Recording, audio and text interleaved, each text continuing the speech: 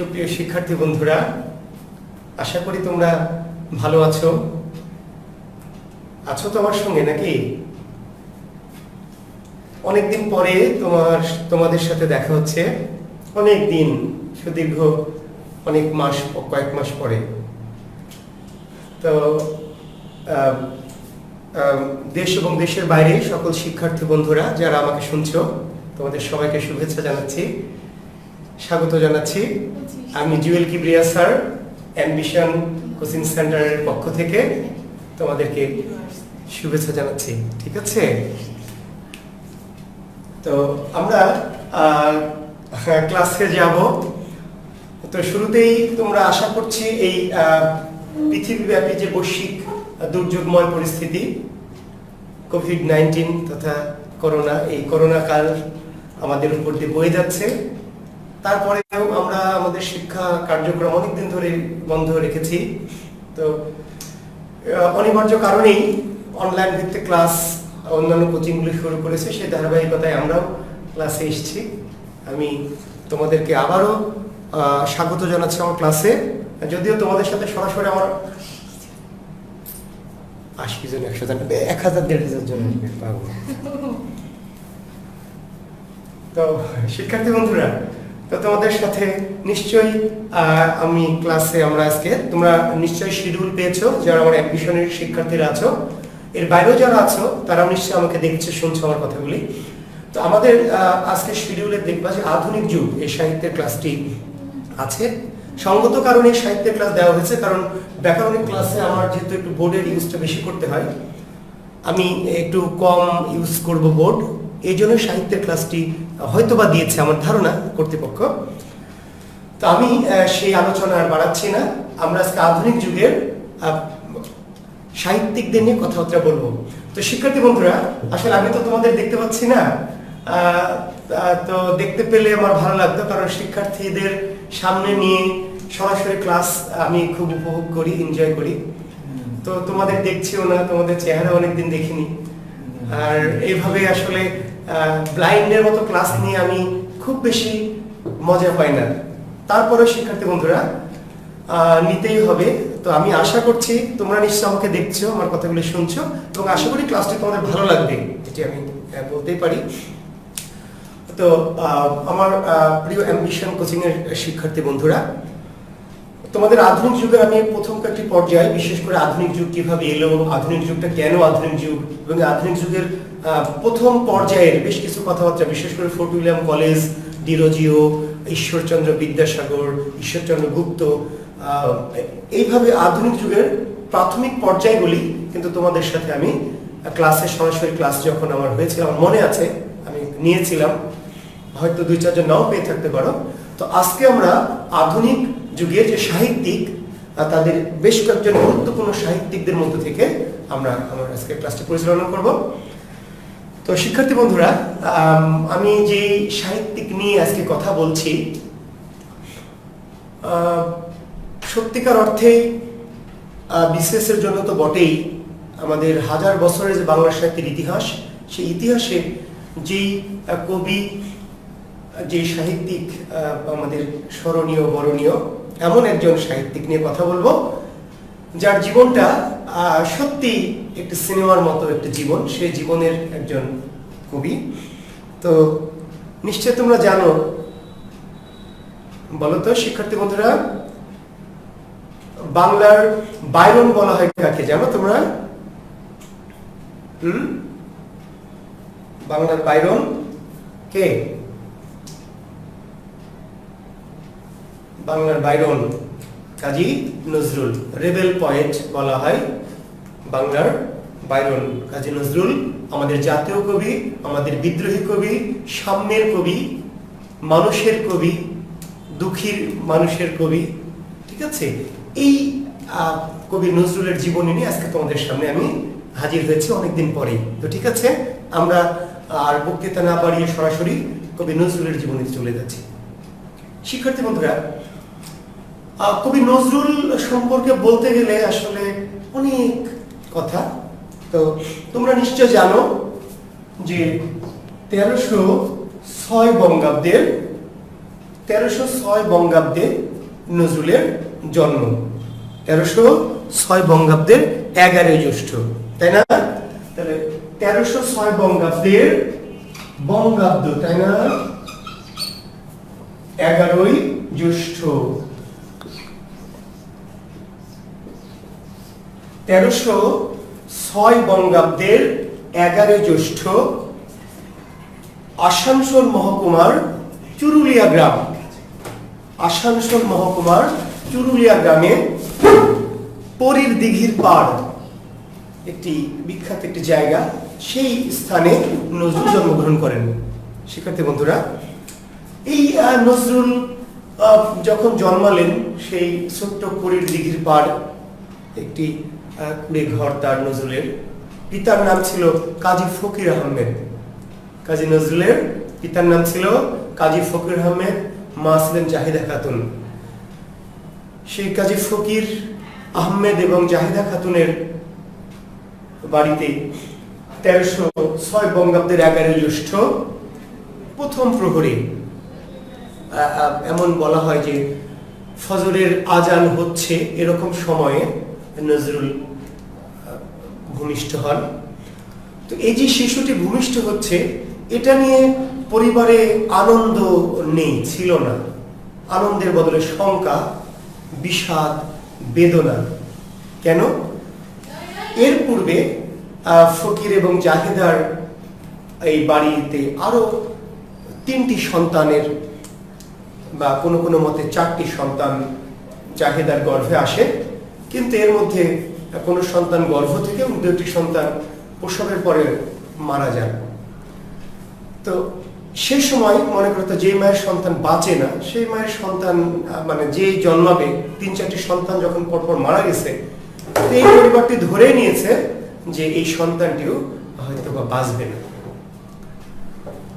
তো প্রথম প্রহর 11 জ্যৈষ্ঠ প্রথম প্রহরে, মধুমাস, জ্যৈষ্ঠ মধুমাসের এই প্রথম প্রহরে, 11 জ্যৈষ্ঠের প্রথম প্রহরে ফজরের আজানের সময় নজরুল ভূমিষ্ঠ হলেন। গোলগাল মুখ, সুন্দর একদম মানে দেব শিশুর মতো চেহারা, কোকড়ানো চুলগুলি। তো এই নজরুল জন্মানোর পরে পরিবারের উৎকণ্ঠা বেড়ে গেল, এই শিশুটি কখন মারা যাবে। কিন্তু একটা দৈব ক্রমে, স্রষ্টার ইচ্ছায় এই শিশুটি মারা গেল না, ধীরে ধীরে বেড়ে উঠতে লাগলো এবং জাহেদা এবং ফকির আহমেদের মনের মধ্যে ধীরে ধীরে একটু করে আনন্দের বন্যা বইতে শুরু করলো। কিন্তু এর মধ্যে হঠাৎ করে এই শিশুটি যখন একটু একটু করে বেড়ে উঠছে, তখন দেখা গেল এক সময় অল্প কিছুদিন পরে এই শিশুর নাম রাখা হবে কি। তো শিশুর নাম রাখা হবে কি, এটা নিয়ে অনেক জল্পনা কল্পনা। যদিও কাজী নজরুল নামটা পরবর্তীতে রাখা হয়েছিল, কিন্তু শুরুতে নজরুলকে ডাকা হতো দুঃখ মিয়া নামে। তোমরা নিশ্চয় জানো শিক্ষার্থী বন্ধুরা, নজরুলকে ডাকা হতো দুঃখ মিয়া। কেন দুঃখ মিয়া? এর কারণটি হচ্ছে যে নজরুলের পরিবারে ছিল অভাব, দারিদ্র, কষ্ট। তার পিতা ফকির আহমেদ পাশের মসজিদের ইমামতি করতেন, খুব স্বল্প কিছু হয়তো পেতেন, এবং সেই সংসারে সেই টাকা দিয়ে তাদের সংসার চলতো। কাজীগিরি করতেন, কেউ কেউ বলেছেন, যদিও কাজীগিরির পেশাটা উনি ওই শেষের দিকে আর তেমন একটি করেননি। তো আর আরেকটি বড় কারণ নজরুলের দুঃখ মিয়া নামের, যে তিনি এই যে কয়েকটি সন্তান মারা যাওয়ার পরে জন্মালেন, তো আগের যুগে একটু খারাপ নাম বাচ্চাদের রাখা হতো, বিশেষ করে যেই পরিবারের সন্তান মারা যায় খারাপ নাম রাখলে, যেমন ধরো তোমরা সে আগের যুগে কালনি, ফেলনি, গুতি, পাঁসি, বুচি, টেপি, এই টাইপের নাম রাখা হতো, যেন জম এই ধরনের নামের বাচ্চাকে সহজে কি না নিয়ে নেয়। তো সুন্দর চেহারা, সুন্দর নাম, এই ধরনের বাচ্চাগুলো জম নিয়ে যেতে পারে, এরকম একটি কুসংস্কার আমরা বলতে পারি। এরকম এ থেকে নজরুলের নাম রাখা হলো দুঃখ মিয়া। সেই দুঃখুর গোল গোল দুটা বড় বড় চোখ, কোকড়ানো কালো ঘন কালো চুল, গোলগাল মুখ, সেই বাচ্চাটি কি যে সুন্দর মায়াবী, কিন্তু চোখ দুটো অশ্রু সজল, একটু দুঃখী, দুঃখ মিয়া। আর এই দুঃখের নামটাকে সার্থক করে সত্যি সত্যি 8 বছর বয়সে কাজী ফকির আহমেদ মারা গেল। 1314 বঙ্গাব্দের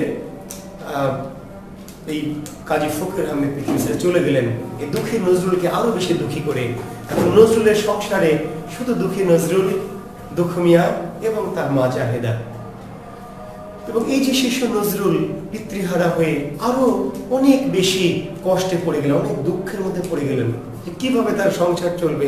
এবং এই শিশু নজরুল ওই বয়সেই তার মায়ের চিন্তা করলেন যে এখন, এবং পাশে তাদের একটি মসজিদ ছিল, সেই মসজিদে সেই দুঃখু বাবার সাথে যখন যেত, বাবা মারা যাওয়ার পরে আবার যেত, সিন্নি আগের যুগে মসজিদে শুক্রবার অন্যান্য দিনে হয়তো সিন্নি পেতে, সিন্নি খাওয়ার লোভে দুঃখ নজরুল মসজিদে গিয়ে বসে থাকতো এবং সিন্নি পেলে তো সেই সিন্নিটা নিয়ে সে মায়ের সাথে ভাগ করে খাবে।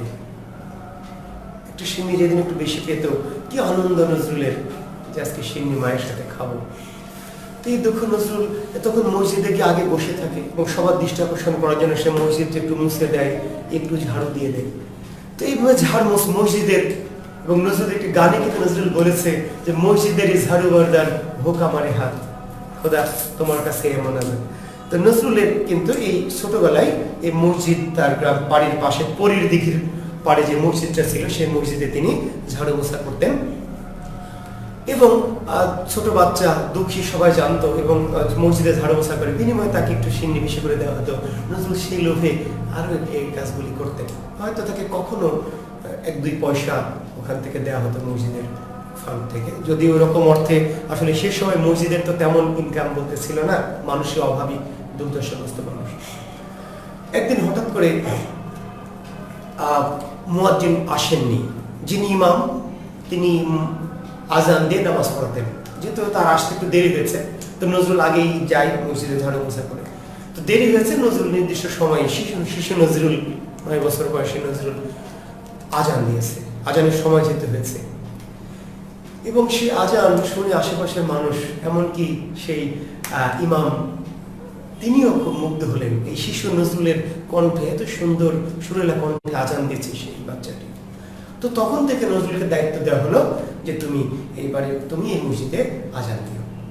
এবং নজরুল কিন্তু শিশুবেলায় মসজিদে আজান দেওয়ার দায়িত্বটা মুয়াজ্জিন এই কাজটি তিনি পেলেন। এবং সেই সুবাদে মসজিদ থেকে তখন তাকে হয়তো মাসে বা সপ্তাহে 1-2 পয়সা করে দেওয়া হতো, 1-2 আনা 1-2 টাকা দেওয়া হতো।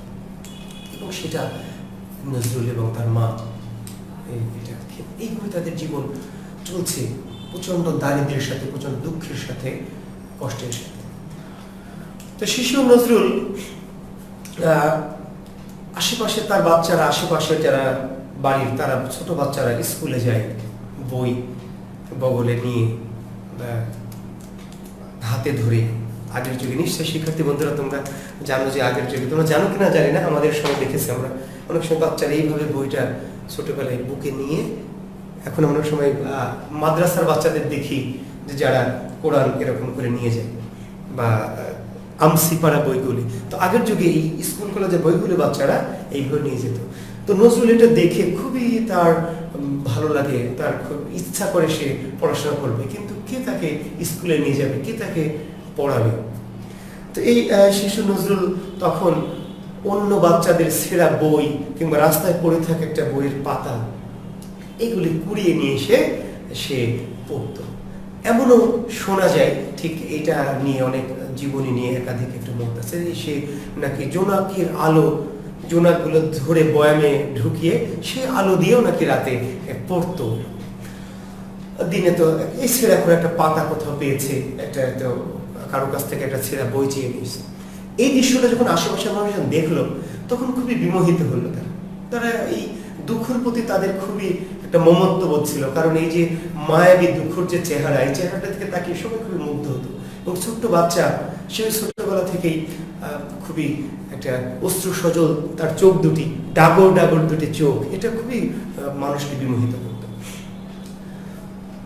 তো তখন আশেপাশের 2-1 মানুষ মিলে এই দুঃখকে একটা স্কুলে ভর্তি করে দিল। শিক্ষার্থী বন্ধুরা, মাতরুন নবীন চন্দ্র ইনস্টিটিউট শিক্ষা প্রতিষ্ঠানটি, মাতরুন নবীন চন্দ্র ইনস্টিটিউট, সেখানে মঙ্গলকোট নামক একটি জায়গা, মঙ্গলকোট, এই মঙ্গলকোটের মাতরুন নবীন চন্দ্র ইনস্টিটিউটে নজরুলকে ভর্তি করে দেওয়া হয়। তো তো শিশু নজরুল মহা খুশি, সে স্কুলে যায়, বই তার নাই, তাতে কি সে ওই যে ছেঁড়া কাগজগুলি পায় সেগুলি হয়তো নিয়ে বা আশেপাশের মানুষের বাচ্চাদের একটি বই নিয়ে সে তাদের সাথে স্কুলে যায়, পড়াশোনা করে এবং ফাঁকে ফাঁকে সে মসজিদে গিরি করে, মসজিদে ঝাড়ু পোছার কাজ করে। এইভাবে তার দিন চলতে থাকে। তো এইভাবে চলতে চলতে শিশু নজরুল আস্তে আস্তে বেড়ে উঠতে থাকে, বড় হয়ে উঠতে থাকে। এক সময় গ্রামে যাত্রার দল, যাত্রাপালা, গ্রামে আগের যুগে যাত্রা ছিল একটি বিনোদনের অন্যতম মাধ্যম। শিক্ষার্থী বন্ধুরা, তোমরা শুনে অবাক হবে যে পরিবারের সবাই মিলে, বাবা মা ভাই বোন পাড়া প্রতিবেশী সবাই মিলে কিন্তু গ্রামে যাত্রা যখন হতো যাত্রা দেখতো। আমরা ছোটবেলায়, আমার বয়স যদিও খুব বেশি হয়তো নয়, কিন্তু ছোটবেলায় আমাদের মনে আছে যে একটি অল্প কিছুদিন মনে আছে যে আমাদের এলাকায় যাত্রা হতো অল্প সময়, এবং ছোটবেলায় দু একটি যাত্রা পালায় আমি সৌভাগ্য বা দুর্ভাগ্যক্রমে অভিনয় করেছি, শিশু বাচ্চাদের অভিনয়। তো সেগুলি কিন্তু ছিল খুব মানুষের, যেহেতু অন্য কোনো বিনোদন মাধ্যম ছিল না। আজকে তো তোমরা যে মোবাইল আছে হাতের মুঠোয়, পৃথিবীর সকল বিনোদন যা চাও তাই, কিন্তু ওই সময় মানুষের বিনোদন বলতে ছিল গ্রামে যাত্রা পালা বা নাটক। তো যাত্রা পালা গ্রামে হবে বছর একটা বিশেষ সময়ে, 1 মাস বা 15 দিন ব্যাপী বা 2 মাস 3 মাস ব্যাপী যাত্রা পালা চলে আর কি, শীতের সময়টায়। তো এইভাবে গ্রামে একটা লেটো গানের দল বলা হয়, লেটো গানের দল। শিক্ষার্থী বন্ধুরা মনে রাখবে এই কথাগুলি। নজরুলের একটি গ্রামে একটা লেটো গানের দল আসে এবং সেখানে লেটো গান হয়, অভিনয় হয় যাত্রার মধ্যে। তো এইটা গ্রামের লোক রাত জেগে জেগে দেখে। নজরুলও প্রতিবেশী কারোর সাথে, তার চাচাদের সাথে বা তার পাশের কারোর সাথে এই যাত্রা দেখতে যায়, এবং রাতে যে লেটো গানগুলি সে শোনে, সেই অভিনয়ের মাধ্যমে প্রদর্শিত লেটো গানগুলি, সেইগুলি সে আবার পরদিন গ্রামের রাস্তায় যখন স্কুলে যায় বা হেঁটে বেড়ায় কিংবা যখন সে এমনিতে ঘুরে বেড়ায়, তো ওই গানগুলি সে গেয়ে গেয়ে শোনায় মানুষকে, এবং মানুষ মুগ্ধ হয় যে শিশু নজরুল সে শুনেই, গানটি রাতে শুনে সে আবার ওই গান নিজেই গেয়ে সুন্দর করে গাচ্ছে। শুধু তাই না, অনেক সময় সে ওই গানের সাথে নিজে আর একটু জোড়া লাগিয়ে, ঠিক আছে, নিজে একটু বানিয়ে নিয়ে গানের সাথে এইভাবে হয়তো সে ওই গানের কিছু অংশ আবার নিজেই কিছু অংশ বানিয়ে বানিয়ে এইভাবে মুখে মুখে সে গান গাইতে থাকে, ছড়া কাটতে থাকে। তো মানুষ খুবই খুবই মুগ্ধ হয়, এবং তার কাছ থেকে দিনেও যারা হয়তো রাতে যায় না, দিনের বেলা নজরুলের কাছ থেকে তারা তখন ওই একটা কাহিনীটা শুনে বিয়ে করে। এরপরে হঠাৎ করে তারা একদিন পরদিন তারা গেছে লেটো গানের দল গান শুনতে বা যাত্রা দেখতে। হঠাৎ করে সেখানে গিয়ে শোনে যে গীতিকার সে লেটো গানের দলের একজন নায়িকাকে নিয়ে সে চলে গেছে। নাই, এখন সবাই তো গেছেন এই লেটো গান উপভোগ করতে, কিন্তু কি হবে এখন? গানের যে গায়ক গায়েন সে নাই। তো এখন গ্রামের শোরগোল পড়ে গেছে, কারণ এটা তো তাদের কাছে এত অনেক দূর থেকে মানুষ কষ্ট করে লেটো গান শুনতে এসছে, এটি তাদের একমাত্র বিনোদন নয়, তারা কোনোভাবে মানবে না যে এই গান হবে না। তখন সবাই মিলে, কয়েকজন মিলে তুলে দিল নজরুলকে যে আমাদের দুঃখই তো আছে, আমরা গায়নের দরকার নেই, দুঃখ আমাদের আজকে লেটো গান শোনাবে, আমরা গান না শুনে যাব না। এই দুঃখকে আবার মঞ্চে তুলে দেওয়া হলো। শিশু দুঃখ একটু কাঁপতে কাঁপতে উঠে মঞ্চে দাঁড়িয়ে সে বুক ভরা সাহস একটু নিয়ে সে তার আগের কয়েকদিনের যে গানগুলি সেইগুলি সে মনে মনে মানে মুখে মুখে গাইতে লাগলো, এবং নিজেও সেই গানের সাথে যে বিভিন্ন গান সে বেঁধে নিয়েছিল সেই গানগুলি মঞ্চে শুনলো। এবং নজরুলের যে কণ্ঠ, সুরেলা কণ্ঠ, স্রষ্টা প্রদত্ত কণ্ঠ ছিল নজরুলের, ছোটবেলায় নজরুলের কণ্ঠস্বর ছিল খুবই সুমধুর, এবং এই কণ্ঠের গান শুনে মানুষ মুগ্ধ হলো, বাহবা দিল নজরুলকে, প্রশংসা করতে লাগলো এবং বললো যে নজরুলই আমাদের দুঃখ। আবার বলছি শিক্ষার্থী বন্ধুরা, আমি কবিকে সম্মান করে নজরুল বলছি, কিন্তু আসলে গ্রামের মানুষের কাছে নজরুল কিন্তু তখন নজরুলটা দুঃখ, আমাদের এই দুঃখই আমাদের লেটো গান শুনে। সত্যিকার অর্থে ওই যাত্রা দলের পক্ষ থেকে তখন নজরুলকে তাদের লেটো গানের দলে যুক্ত করে নেওয়া হলো, এবং নজরুলের যে কর্মজীবন শিক্ষার্থী বন্ধুরা তোমরা সেখানে দেখতে পাবে যে লেটো গানের দলে যোগদান, নজরুল লেটো গানের দলে যোগদান করলেন, এবং সেটা কিন্তু একটা পারিশ্রমিকের বিনিময়ে অল্প কিছু পয়সা থেকে দেওয়া হতো, এর বিনিময়ে তিনি গান তৈরি করতেন এবং ওখানে মঞ্চে গিয়ে এইভাবে গিয়ে গিয়ে শোনাতেন। এইভাবে কিছুদিন চলল। এদিকে কিছুদিন চলতে চলতে এদিকে মসজিদের মুয়াজ্জিনগিরি সেটিও চলছে, আবার এদিকে রাতে লেটো গান সে গিয়ে শোনাচ্ছে মানুষকে। কিন্তু লেটো গান এক সময় আর থাকলো না, কারণ এটি খুব সাময়িক, 1 মাসের জন্য বা 2 মাসের জন্য এরকম করে লেটো গানটি আসে, তারপর আবার এক সময় চলে যায়। এক সময় লেটো গানের দলটা চলে গেল। তো নজরুলের এর মাঝে লেটো গানের দলে যোগদান করে আর্থিক একটু সক্ষমতা তৈরি হয়েছিল অল্প একটু, তো সেটি তার চলে গেল। এবং নজরুল একটু কিছুটা ভাবলো যে কি করবে সে। তো যাই হোক, তার আবার আগের জীবনে সে চলতে লাগলো। কিন্তু এর মধ্যে নজরুলের কিন্তু একটু গ্রামে একটু প্রশংসা ছড়িয়ে পড়লো। নজরুল মুখে ছড়া কাটে, মুখেই গান গায়, মুখে গত বাঁধে, মুখে বিভিন্ন সে দাঁড়িয়ে কারো সম্পর্কে এমনি মুখে ছড়া বলে দেয়। গ্রামের মানুষ দারুণ মুগ্ধ নজরুলকে নিয়ে। এর মধ্যে নজরুল নবীনচন্দ্র ইনস্টিটিউটে পড়াশোনা চলছে তার। এইভাবে চলতে চলতে দিন মাস বছর পেরিয়ে 5ম শ্রেণীর দিকে শিক্ষার্থী নজরুল, তখন 5ম বা 4র্থ শ্রেণী পার করেছে আমার সময়। নজরুলের এক ধরনের বোহেমিয়ান স্বভাব ছিল শিক্ষার্থী বন্ধুরা। নজরুলকে আমি প্রথমে বলেছি যে নজরুলের জীবনটা কিন্তু একটা ড্রামাটিক, একটা সিনেমার মতো। তোমরা জানো যে কানাডাতে নজরুলকে নিয়ে চলচ্চিত্র নির্মিত হয়েছে, rebel point, Nazrul rebel point এই নামে আমি যদি ভুল না করি। তো আমাদের দেশে নজরুলকে নিয়ে কিন্তু এরকম কোনো সত্যিকার অর্থেই নজরুলের জীবন ভিত্তিক একটি ভালো চলচ্চিত্র কিন্তু হওয়া উচিত ছিল, হয়নি, হয়তো কেউ করেনি আর কি। তো আমি বলেছি এর আগে যে আমার যদি সামর্থ্য হয় বা আমার সে সুযোগ এলে আমি নজরুলের জীবন নিয়ে একটি চলচ্চিত্র নির্মাণ করব, সেটি পরিকল্পনা আমার আছে। তো আমি এই প্রসঙ্গটা এই জন্য বলছি যে নজরুলের জীবনটা খুবই, তো নজরুলের যে বোহেমিয়ান স্বভাব, অনেক কবিদের ভিতরে এটা ছিল, অনেক মানুষের মধ্যেও থাকে এক ধরনের বোহেমিয়ান, ভবঘুরে, যাকে আমরা একটু গ্রাম্য ভাষায় বলে ভবঘুরে, একটু সাহিত্যিক ভাষায় বলে আমরা বোহেমিয়ান স্বভাব। তো নজরুল হঠাৎ করেই একদিন ঘুরতে ঘুরতে সে গ্রাম ছেড়ে চলে গেল। কোথায় চলে গেল? তার যে উপজেলা সদর, কোথায় বলো? নজরুলের বর্ধমান জেলার আসানসোল মহকুমা, এটাকে আমরা তখন মহকুমা বলছি। এই আসানসোল মহকুমা সদরে নজরুলের বাড়ি। তো মহকুমা সদর থেকে কি আসানসোল মহকুমার চুরুলিয়া গ্রাম, পুরীর দিকের পার, নজরুলের চুরুলিয়া গ্রাম থেকে শহরে অর্থাৎ আসানসোল মহকুমায় চলে এলো হেঁটে হেঁটে। ওইভাবে যেভাবে পরনে একটা কাপড় ছিল, এইভাবে ছোট বাচ্চা সে চলে এলো। এসে এখানে খুবই শ্রান্ত ক্লান্ত হয়েছে সে, সারাদিন হেঁটে ঘুরে ঘুরে এসেছে। এসে একটা দোকানে তার খুব ক্ষুধাও লেগেছে, তার তৃষ্ণা ক্ষুধায় ছোট বাচ্চা খুবই অস্থির। একটি রুটির দোকানে গিয়ে সে রুটি চাইল, যে আমাকে একটু রুটি দেন, আমি খাই, খুব ক্ষুধা লেগেছে। ছোট একটি বাচ্চা, এত সুন্দর ডাবর ডাবর চোখ, এত সুন্দর চাহনি, এত সুন্দর মুখ গোলগা। তো দোকানের খুব মায়া হলো, বললো যে বাবা তুমি কোথা থেকে এসছো? চুরুলিয়া থেকে এসছো, এত দূর, তোমার বাবা মা? আমার বাবা নেই, বাবা মারা গেছে।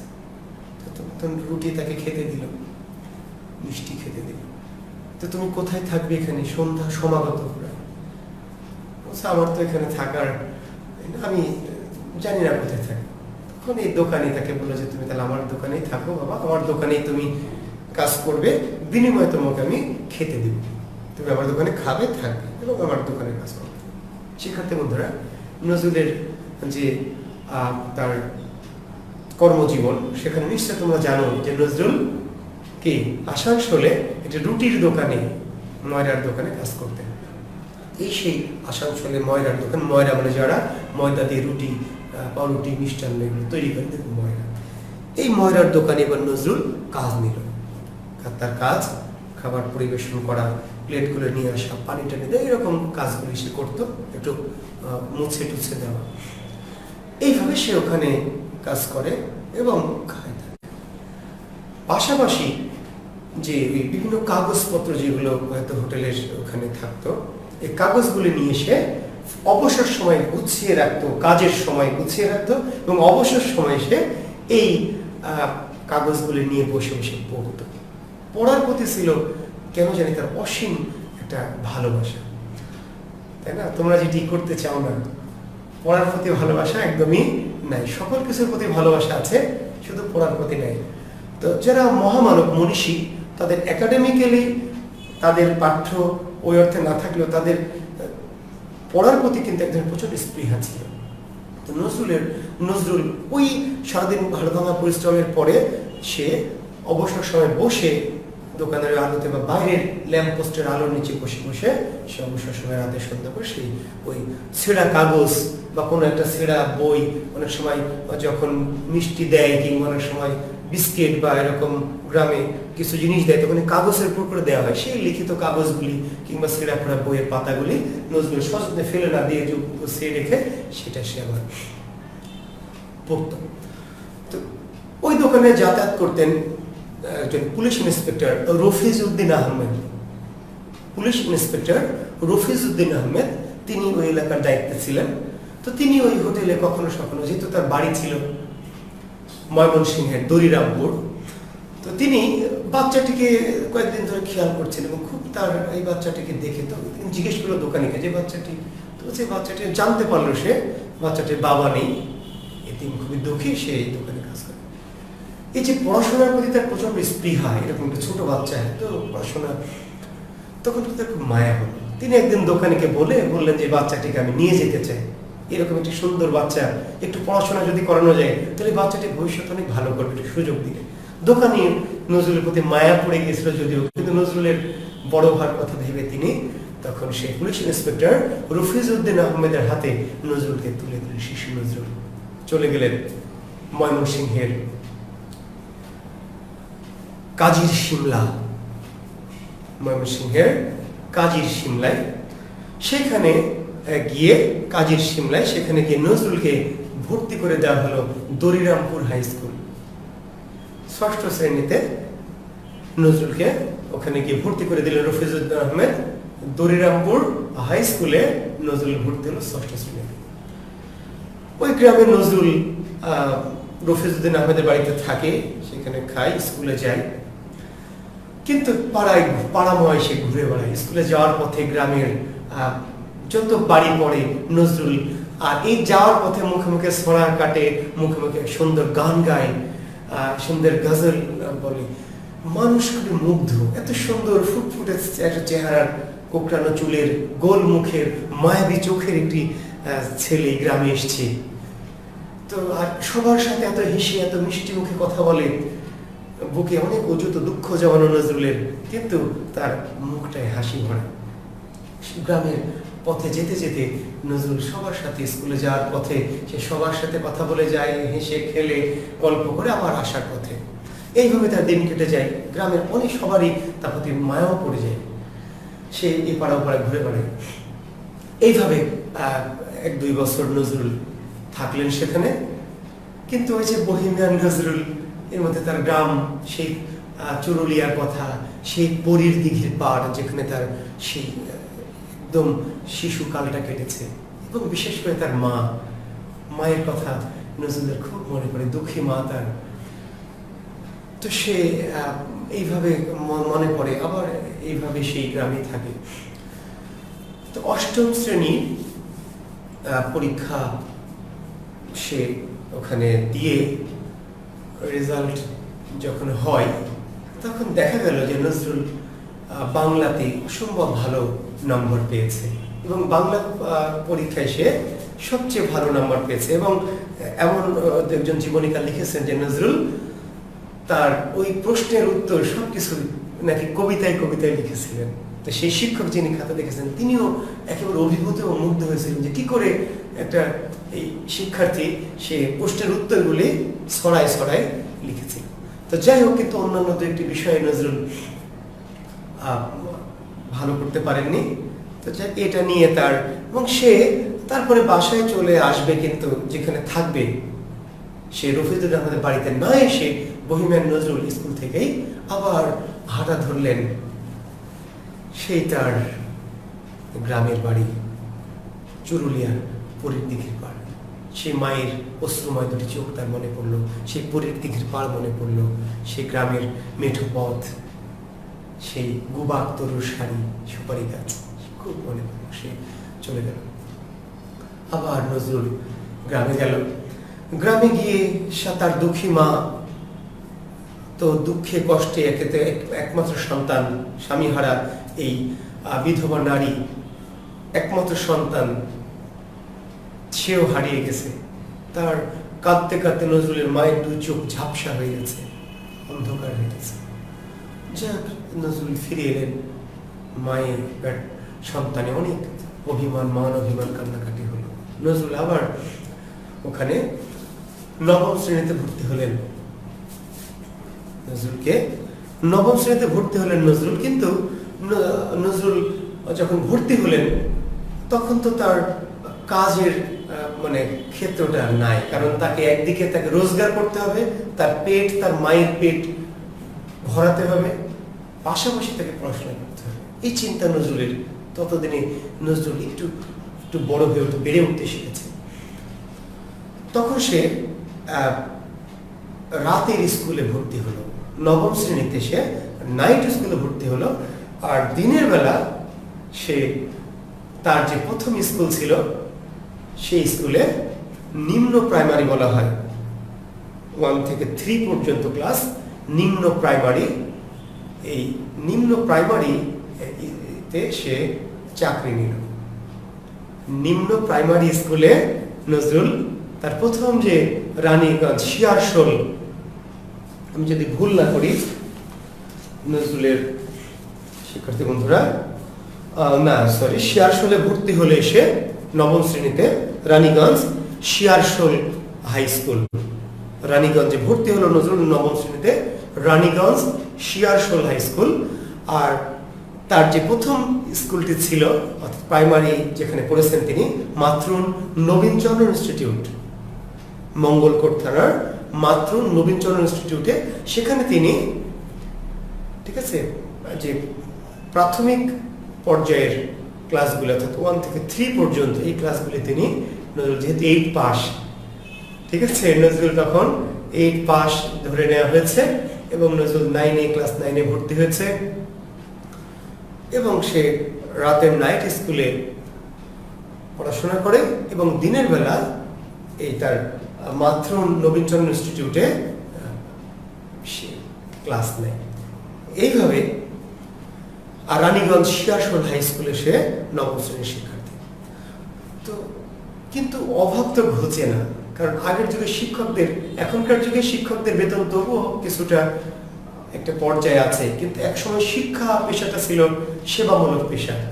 শিক্ষকতা মানেই শিক্ষক পড়াবে, বিনিময়ে কেউ যদি কিছু দেয়, গাছের একটি লাউ, একটু চাল, এরকম, আসলে ওরকম কোনো আর্থিক কোনো লেনদেনের বিষয়টা, ওইভাবে বেতনের বিষয়টা ওরকম অর্থে ছিল না। তো এটা দিয়ে নজরুলের অভাব ওই অর্থে পূরণ হতো না, পরিবারে তার মা এবং তার নিজের খাবার দাবারটা হতো না, কষ্ট হতো না, দুঃখ তার।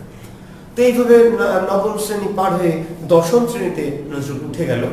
এইভাবে অনেক কষ্ট নজরুলের, খুবই দুঃখী নজরুল একটু রুটির জন্য, একটু সিন্নির জন্য মসজিদে যেতেন। অবশ্য নজরুলের এটি বলা ভুল হবে, সিন্নির জন্য শুধু নয়, নজরুলের ভিতরে ধর্ম প্রাণতাও ছিল। সে প্রসঙ্গ নিয়ে আমি পরে আসব। তো দশম শ্রেণীতে ওঠার পরে তখন তোমরা জানো শিক্ষার্থী বন্ধুরা, প্রথম বিশ্বযুদ্ধ শুরু হয়েছে 1914 সালে, আমি যদি ভুল না করি, 1914 থেকে 1919 পর্যন্ত এই প্রথম বিশ্বযুদ্ধ শুরু হয়েছে। এই প্রথম বিশ্বযুদ্ধে নজরুল, স্যার ক্যামেরাটা একটু ঠিক করেন। আচ্ছা, আপনারা কমেন্টস করছেন, একটু আমি পড়ি। বঙ্কিম রয়, স্যার ক্যামেরাটা একটু ঠিক করেন, আপনাকে দেখতে পাচ্ছি না। আমাকে দেখতে পাওয়া যাচ্ছে না। Top jasmine Sultana, Nazmul Islam, sir আপনাকে দেখে অনেক ভালো লাগছে। আচ্ছা, আমি আসলে এত ইয়েতে পড়তে পারবো না, তাহিরা সাথী, অনেকদিন পর স্যার আপনাকে দেখছি, অনেক মনে পড়ে ক্লাসের সেই দিনগুলি। নীল আকাশের তারা, আসসালামু আলাইকুম স্যার। ওয়ালাইকুম আসসালাম। তনিমা রহমান, আসসালামু আলাইকুম স্যার। অনেকদিন পর, খুব ভালো লাগছে। আসলে আমারও ভালো লাগছে। কামরুল হাসান অন্তর, সৌভাগ্যবান।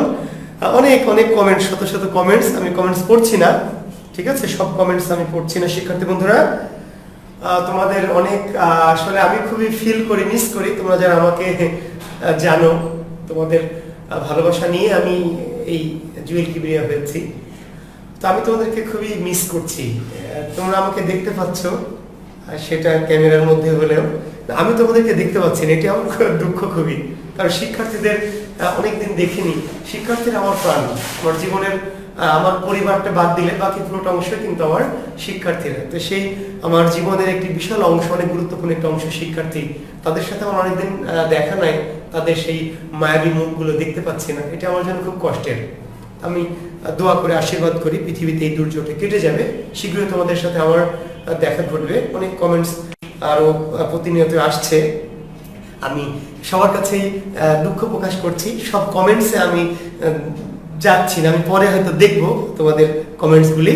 আমি দেখবো কেন, কারণ আমার ভালো লাগবে, কিন্তু এখন আমি কমেন্টসে যাচ্ছি না, ঠিক আছে শিক্ষার্থী বন্ধুরা? তো আমি ক্লাসে চলে যেতে চাচ্ছি। তো এই যে যেটি বলছিলাম, যে প্রথম বিশ্বযুদ্ধ শুরু হয়েছে, প্রথম বিশ্বযুদ্ধ শুরু হয়ে গেছে ইতিমধ্যে। তো 1917 সালের দিকে একটা বাঙালি থেকে সৈনিক হিসাবে নিয়োগ দেওয়া হবে।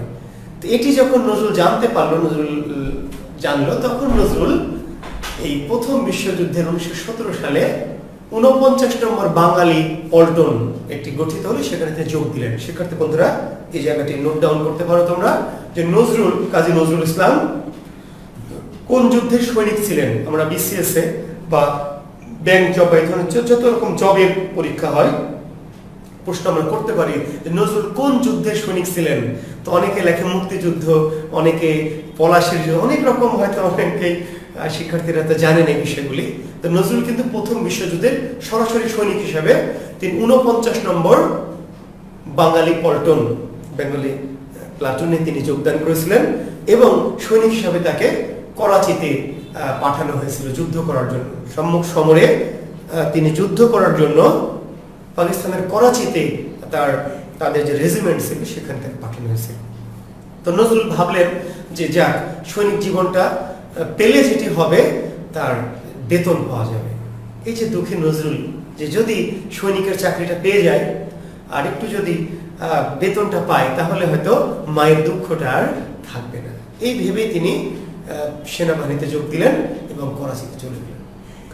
সে করাচিতে গিয়ে নজরুল যুদ্ধের সেখানে সম্মুখ সমরে তো যাওয়ার তার দরকার হতো, কিন্তু বেশিরভাগ সময় ব্যারাকে তাদের ট্রেনিং চলতো, এই বিষয়গুলো চলতো। পাশাপাশি নজরুল করাচির ওইখানে তাদের যে রেজিমেন্টটা ছিল তার পাশে একটি মসজিদ ছিল। নজরুল ছোটবেলা থেকে, যেহেতু তার ওই যে একদম ছোট থেকে এই বাবার হাত ধরে একদম শিশু নজরুল, তারপর ধীরে ধীরে নিজেই, তো মসজিদের প্রতি তার এক ধরনের একটা ভালো লাগা ছিল, খুবই ভালো লাগা ছিল, খুবই ভালোবাসা ছিল। সেটি নামাজ পড়ার লোভে, আজান দেওয়ার লোভে, সিন্নি খাওয়ার লোভে, অনেক কিছুই তার মসজিদটা তার জীবনের সাথে কিন্তু একটা মিশে আছে। তোমরা জানো যে কবি তার শেষ জীবনে ইচ্ছা পোষণ করেছিলেন যে মসজিদেরই পাশে আমায় কবর দিও ভাই, যেন গড়ে শুয়ে মুয়াজ্জিনের আজান শুনতে পাই। এবং নজরুলের ইচ্ছা অনুযায়ী তোমরা জানো যে ঢাকা বিশ্ববিদ্যালয়ের মসজিদের পাশে কবি নজরুলের কবর আছে। আমি জানি না তোমরা দেখেছো কিনা শিক্ষার্থী বন্ধুরা, তোমরা কিন্তু ঢাকায় যাও, অনেকে আমার শিক্ষার্থীরা ঢাকাতেই থাকো। তো এই যে আমাদের এই কবি নজরুল, তার কবরটা কিন্তু চাইলে তুমি একটু দেখে আসতে পারো, ঢাকা বিশ্ববিদ্যালয়ের মসজিদের পাশে নজরুলের কবর। তো সেই প্রসঙ্গটা আমরা শেষে আবার আসবো, শুধু জানিয়ে রাখি। তো নজরুল তো ওখানে মসজিদে যেতেন নামাজ পড়ার জন্য। তো সেখানে একজন মৌলভী সাহেব ছিলেন সেই মসজিদে। এই যে যুবক ততদিনে নজরুল, 1917 সাল, তার মানে 1899 সালে নজরুলের যদি জন্ম হয়, তার 1917 সালে 18 বছরের টকবগে যুবক, তরুণ যুবক নজরুল। তো একটু যুবক ছেলে মসজিদে নিয়মিত আসে, নামাজ পড়ে, তো এবং আগে আসে, এসে সবার পরে যায়। তো স্বাভাবিকভাবে সঙ্গত কারণেই মসজিদের ইমামের দৃষ্টিতে পড়ে যায় এবং এই বাচ্চাটি মসজিদে বসে মসজিদের সেলফে রাখা বিভিন্ন হাদিসের বই বা বিভিন্ন বইগুলো নিয়ে পড়ে। ইমামের সাথে তার সখ্যতা তৈরি হয় এক সময় এবং এই ইমামের কাছ থেকে নজরুল আরবি ফার্সি বিভিন্ন কাহিনী শুনতে শুরু করেন। নজরুলের জীবনে সাহিত্যিক জীবনে এই বিষয়টি খুব কাজে লেগেছিল। তোমরা জানো যে নজরুলের জীবনে আরবি ফার্সি ভাষা সাহিত্যিক জীবনে বিশেষ করে তার সাহিত্য রচনার ক্ষেত্রে আরবি ফার্সি এই ভাষা দুটি কিন্তু নজরুলের জীবনে একটা ব্যাপক প্রভাব বিস্তার করেছিল। তো তার কিন্তু সূত্রপাত যদিও আগে থেকেই তার আরবি ফার্সি ভাষায় একটু একটু দখল শুরু হয়েছিল, কিন্তু এইখানে এসে এই মসজিদের যে ইমাম সাহেব ছিলেন তার সাথে নজরুলের যে সখ্যতা শুরু হলো এবং তার কাছ থেকে তিনি হাফিজ, তার কাছ থেকে তিনি ওমর খৈয়াম, এই সমস্ত বড় বড় মনীষীদের সাহিত্য, তাদের ভাব, তাদের দর্শন এবং ইসলামী বিভিন্ন বিষয়গুলো নিয়ে তার সাথে কথাবার্তা বলতেন, আলাপ করতেন, আলোচনা করতেন, অনেক গভীর রাত ধরে এগুলো করতেন। এইভাবে নজরুলের আরবি ফার্সি সাহিত্যের ব্যাপক দখল তৈরি হয় এবং নজরুল আস্তে আস্তে এক সময়, আপনারা জানেন শিক্ষার্থী বন্ধুরা, হাবিলদার পদে উন্নীত হয়েছিলেন নজরুল, অর্থাৎ তার একটা প্রমোশন হয়েছিল, তিনি সৈনিক পদে যোগদান করেছিলেন এবং নজরুল সেখান থেকে প্রমোশন পেয়ে হাবিলদার এই পদটি তিনি অর্জন করেছিলেন। তো হাবিলদার হওয়ার পরে নজরুলের আরো একটু বেশি সুযোগ তৈরি হয়েছিল এবং তিনি বেশি সময় মসজিদের এসে কাটাতেন এবং ইমামের সাথে গল্প করতেন আর নিজেই ফার্সি সাহিত্য পড়তেন, আরবি সাহিত্য পড়তেন। যেখানে তিনি সমস্যা হতো তিনি ওই হুজুরের কাছ থেকে সেগুলো ব্যাখ্যা বিশ্লেষণ করে বুঝে নিতেন। এইভাবে চলতো। একসময় নজরুল নিজেই তখন একটু কবিতা লেখা শুরু করলো এবং শুরুটা নজরুলের, তোমার শিক্ষার্থী বন্ধুদের, প্রথম যে লেখাটি নজরুলের প্রকাশিত হয় সেই রচনাটির নাম কি জানো তোমরা শিক্ষার্থী বন্ধুরা? নজরুলের প্রথম প্রকাশিত রচনাটির নাম কি? বাউন্ডেলের আত্মকাহিনী। নজরুল এই বাউন্ডেলের আত্মকাহিনী, এটি কিন্তু নজরুলের অনেকটা নিজেরই জীবনের একটি অংশ। এই যে তিনি তার পরীর দিঘির পাড় চুরুলিয়া ছেড়ে এই যে ময়মনসিংহে কাজীর সিমলায় গিয়েছিলেন, এই কিছুটা জীবনের ইঙ্গিত সেখানে আছে, ঠিক আছে? তো সেই রচনাটির নাম ছিল বাউন্ডেলের আত্মকাহিনী। একটি ছোট গল্প টাইপ, একটু প্রবন্ধ টাইপ, একটা রচনা বলছি আমরা, সরাসরি এটাকে ছোট গল্প। নজরুলের প্রথম কি রচনার নাম কি? বাউন্ডেলের আত্মকাহিনী। এটি তিনি পাঠিয়েছিলেন এবং তোমরা জানো যে এটি সওগাত পত্রিকায় 1326 বঙ্গাব্দে, শিক্ষার্থী বন্ধুরা, 1326 বঙ্গাব্দে সওগাত পত্রিকায় এই বাউন্ডেলের আত্মকাহিনী প্রথম প্রকাশিত হয়, ঠিক আছে? তাহলে নজরুলের প্রথম প্রকাশিত রচনার নাম কি? বাউন্ডেলের আত্মকাহিনী।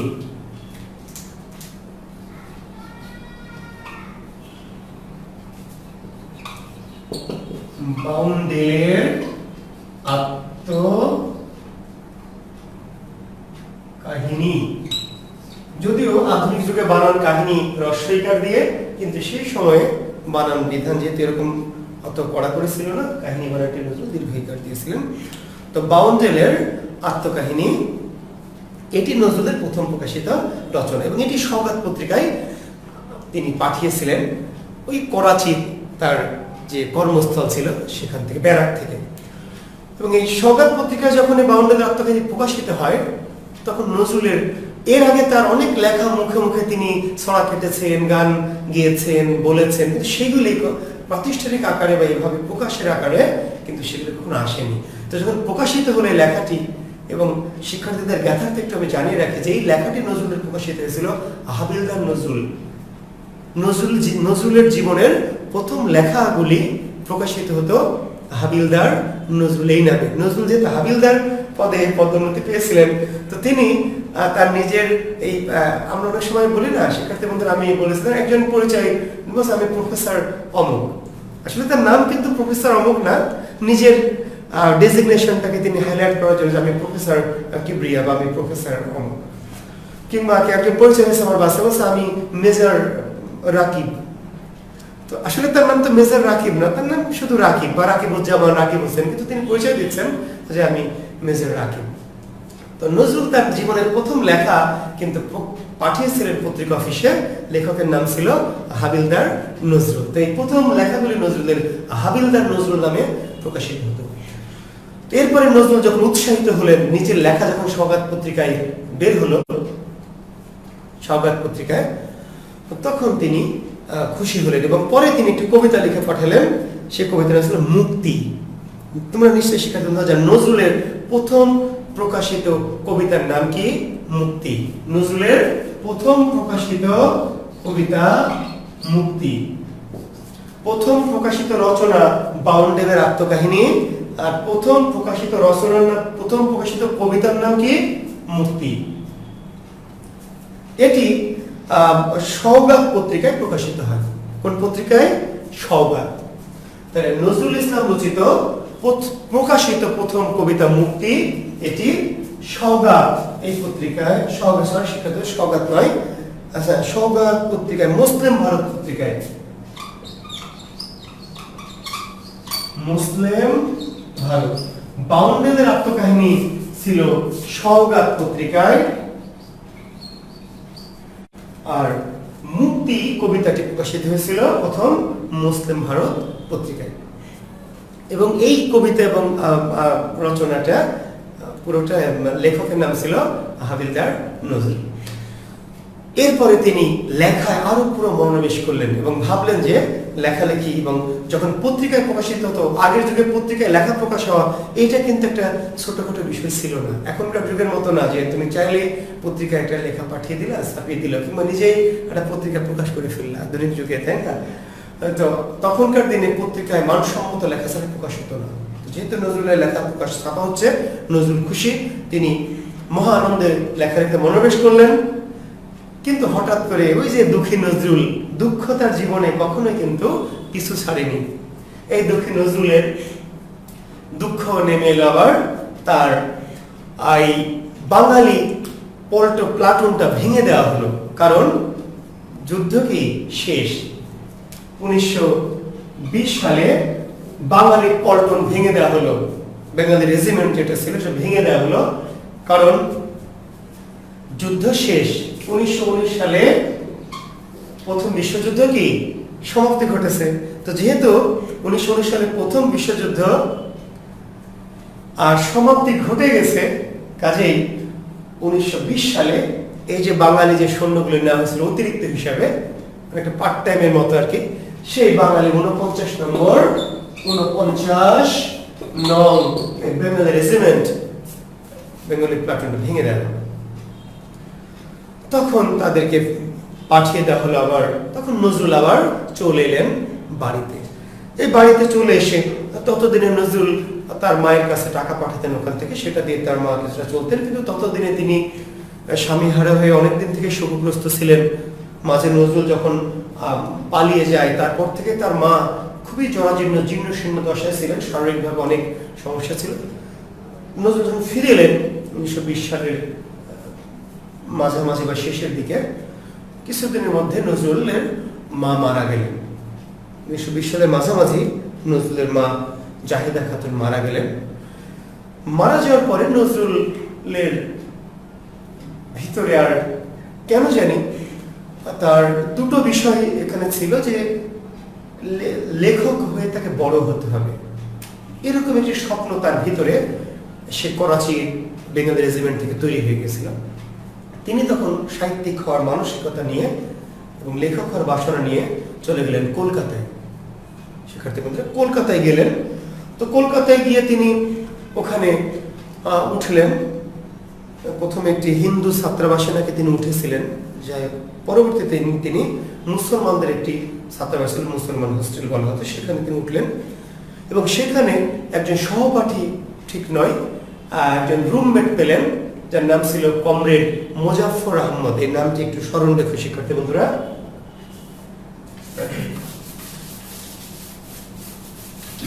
কমরেড মোজাফফর আহমেদ, কমরেড মুজাফফর,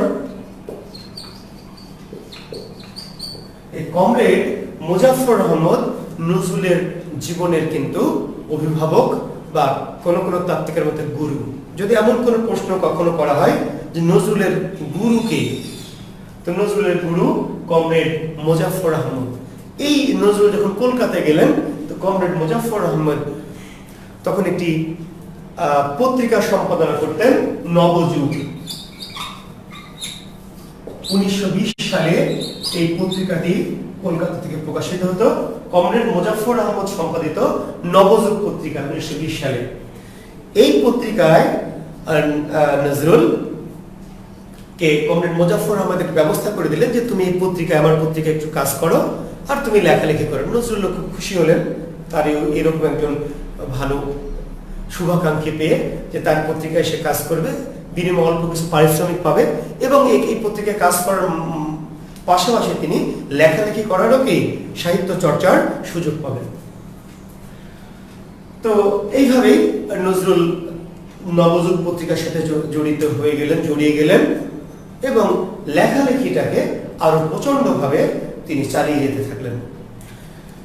লেখালেখি করছেন, লেখা বিভিন্ন জায়গায় পাঠাচ্ছেন, ছাপা হচ্ছে বা হচ্ছে না এরকম, কিন্তু নিজে এই নবযুগ পত্রিকার সাথে বেশি করে ইনভলভ হলেন। এর মধ্যে শিক্ষার্থী বন্ধুরা তোমাদেরকে একটু বলে রাখি,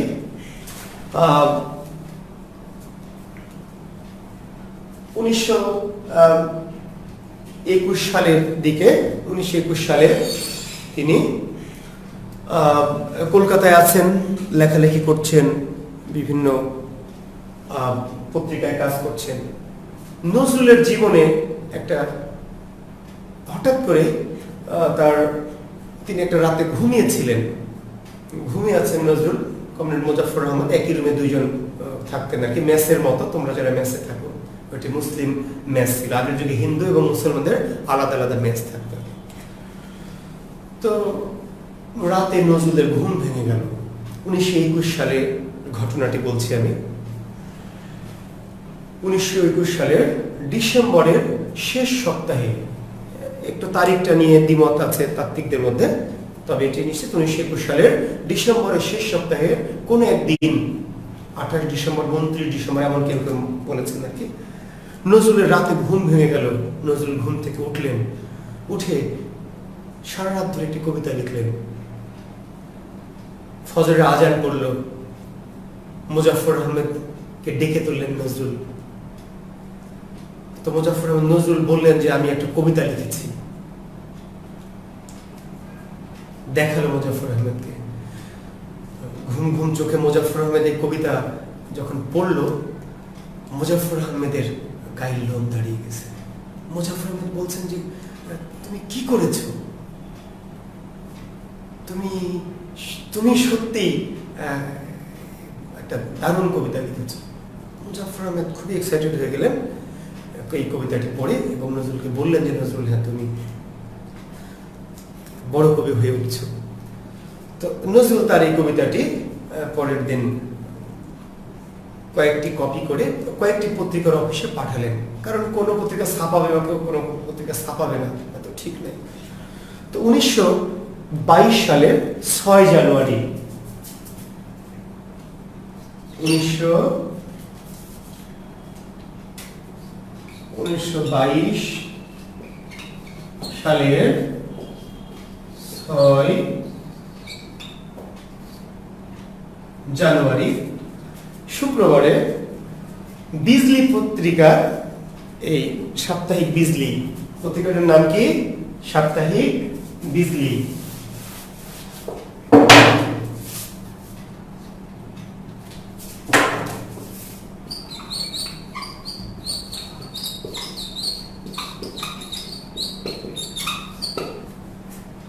সম্পাদক ছিলেন বিপ্লব অবিনাশ চন্দ্র।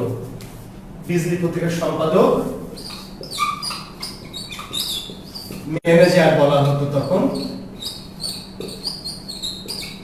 অবিনাশ চন্দ্র।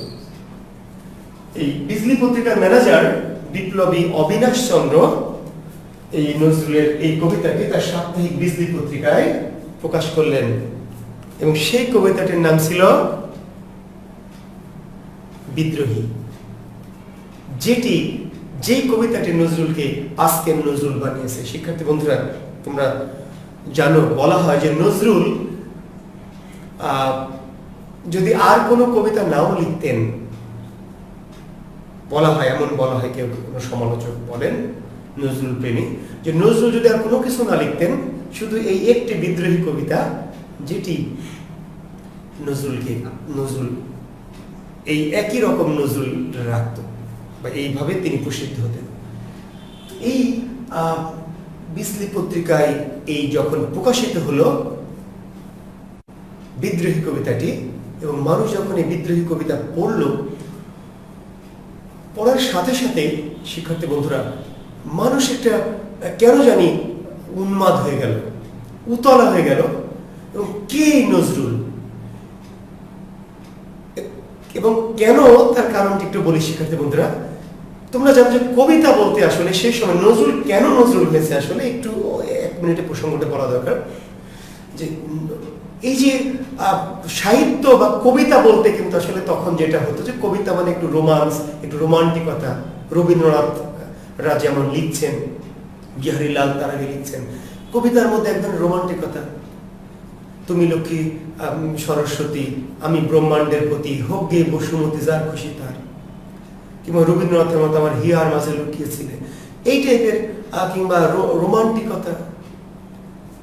কবিতা মানেই কি সুন্দরী চোখ, চুল, তাই না, তার কপাল, তার ভুরু, জল, পাতা, শিশির। এই কবিতার ভিড়ে নজরুলের যে কবিতা উচ্চারণ করলেন নজরুল, বলবীর চির উন্নত মম শির নেহারি আমারি, নত শির ওই শিখর হিমাদ্রির। বলবীর, বল মহাবিশ্বের মহাকাশ পাড়ি, চন্দ্র সূর্য গ্রহ তারা ছাড়ি, ভুলক দুলক গোলক ভেদিয়া, খোদার আসন আরশ ছেদিয়া, উঠিয়াছি চির বিস্ময় আমি বিশ্ববিধাত্রীর। মম ললাটে রুদ্র ভগবান জলে, রাজ টিকা দীপ্ত জয়শ্রীর।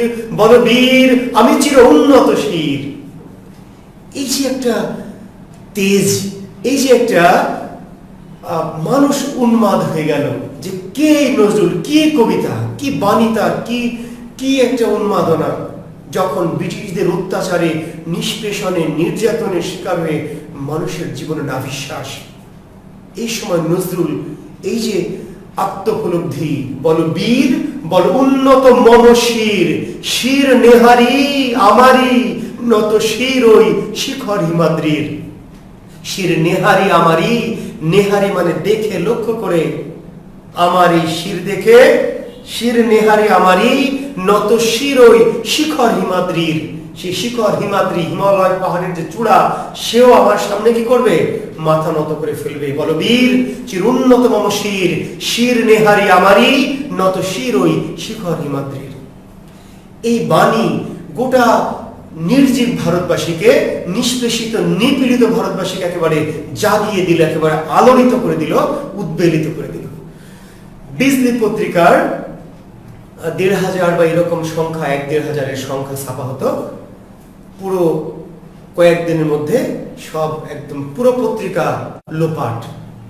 আধুনিক পৃথিবীতে যখন কিছু ভাইরাল হয়, কোনো ভিডিওতে, অনেক তোমাদের ভাইয়া আছে ইউটিউব চ্যানেলে, সেই সমস্ত ভাইয়াদের ভিডিওগুলো ভাইরাল হয়, বা কোনো গান, তাই না, কোথায় রেল স্টেশনে কেউ আছে, তো আগের যুগে এই পত্রিকার মাধ্যমে কিন্তু মানুষ স্টার হতো।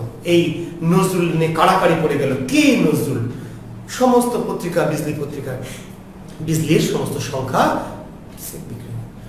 অন্যান্য পত্রিকার সম্পাদকদের তখন টনক নড়ল যে এই কবিতা তো নজরুল আমাদের কাছে পাঠিয়েছেন, দেখি তাই তো। এবং অনেকে পরবর্তীতে আবার এই বিদ্রোহী কবিতাটি ছাপিয়েছে, এবং তারা কেউ দাবি করেছে যে আমাদের কাছে নজরুল আগে পাঠিয়েছিল, এবং যার ফলে নজরুলের কিন্তু এই প্রথম প্রকাশিত হয় বিদ্রোহী কোন কবিতায়, কোন পত্রিকায়, এটা নিয়ে কোনো গ্রন্থে একটু বিভ্রান্তি আছে। কিন্তু শিক্ষার্থী বন্ধুরা, তোমরা জেনে রাখো যে বিজলি পত্রিকাটি 1922 সালের 6 জানুয়ারি প্রথম কিন্তু এই বিদ্রোহী কবিতাটি প্রকাশ করেছিল। পরবর্তীতে আরো অনেক পত্রিকা নজরুলের বিদ্রোহী কবিতা প্রকাশ করে। এবং এই যে বিদ্রোহী কবিতার মধ্য দিয়ে নজরুলের এই যে উত্থান, এবং নজরুল 2-3 দিন পরে তার এই বিজলি পত্রিকার একটি কপি নিয়ে চলে গেলেন কলকাতার কি জোড়াসাঁকোর ঠাকুর বাড়িতে। জোড়াসাঁকোর ঠাকুর বাড়িতে কে থাকেন? সেই সময়ের সবচেয়ে বড় কবি রবীন্দ্রনাথ ঠাকুর। এই রবীন্দ্রনাথের বাড়িতে চলে গেলেন এই বিজলি পত্রিকার একটি কপি হাতে করে। তো এই কপি হাতে করে গেলেন এবং গেটে গিয়ে, তোমরা জানো শিক্ষার্থী বন্ধুরা যে 1922 সালের কথা বলছি, এই 22-23 সাল বা 18-19 সাল 20 সাল এইগুলো কিন্তু সাম্প্রদায়িক দাঙ্গার খুবই, বিশেষ করে 22 সাল থেকে 23, 24, 25, 26, 27 এই সময়গুলো প্রচন্ড সাম্প্রদায়িক দাঙ্গা কিন্তু শুরু হয়েছে। তো এই যে নজরুল কাজী মুসলমান কবি এসে নজরুল রবীন্দ্রনাথ ঠাকুরের গেটে দাঁড়িয়ে চিৎকার করছেন যে রবি, আজ তোমাকে আমি খুন করে ফেলবো। রবি ঠাকুর, আজ তোমায় আমি কি খুন করব। তো দারোয়ানরা স্বাভাবিকভাবে তাকে আটকে দিয়েছে। উপর থেকে জমিদার রবীন্দ্রনাথ খেপাকে ছেড়ে দাও। ততদিনে তিনিও এই নজরুলের কথাটি একটু জেনে গেছেন, কানে জেনে গেছেন। খেপাকে ছেড়ে দাও। এইবার নজরুল খেপা চলে গেল এবং রবীন্দ্রনাথ ঠাকুর ইতিমধ্যেই পত্রিকার মাধ্যমে এই নজরুলের লেখা পড়েছেন এবং নজরুল সম্পর্কে একটু জেনেছেন এবং তিনি বললেন যে ওরে খেপা, তুই তো আমাকে খুনি করে ফেলেছিস। যে কবিতায় তুই লিখেছিস তাতে তুই আমাকে কে খুন করে ফেলেছিস। তুই এক সময় কি অনেক বড় কবি হবি, আমি আশীর্বাদ করে দিচ্ছি। এবার গুরুর আশীর্বাদ নিয়ে, এবং শিক্ষার্থী বন্ধুরা আমি যদিও বলেছি নজরুলের গুরু কমরেড মোজাফফর আহমেদ, নজরুল গুরু বলে সরাসরি সম্বোধন করতেন রবীন্দ্রনাথ ঠাকুরকে। রবীন্দ্রনাথকে নজরুল গুরু বলতেন। যদিও তার জীবনে সত্যিকারের গুরু ছিলেন আসলে কমরেড মোজাফফর আহমেদ, কিন্তু নজরুল রবীন্দ্রনাথকে গুরু বলতেন। তার সাথে যখন দেখা হতো তিনি তাকে গুরু বলে সম্বোধন করতেন। তো গুরুর আশীর্বাদ নিয়ে চলে এলেন। এবং শিক্ষার্থী বন্ধুরা তোমাদের আমার সাথে অনেকেই যুক্ত হয়েছে, আমি দেখছি। তো অনেকেই নজরুল রবীন্দ্রনাথের সম্পর্ক নিয়ে অনেক ধরনের কথাবার্তা বলেন আর কি। তো সব কথা হয়তো আমি বলছি না, শুধু একটু তোমাদের বলে রাখি যে নজরুল আর রবীন্দ্রনাথের সম্পর্ক ছিল খুবই মধুর, অত্যন্ত মধুর। রবীন্দ্রনাথ নজরুলকে অত্যন্ত স্নেহ করতেন, নজরুল রবীন্দ্রনাথকে অত্যন্ত শ্রদ্ধা করতেন।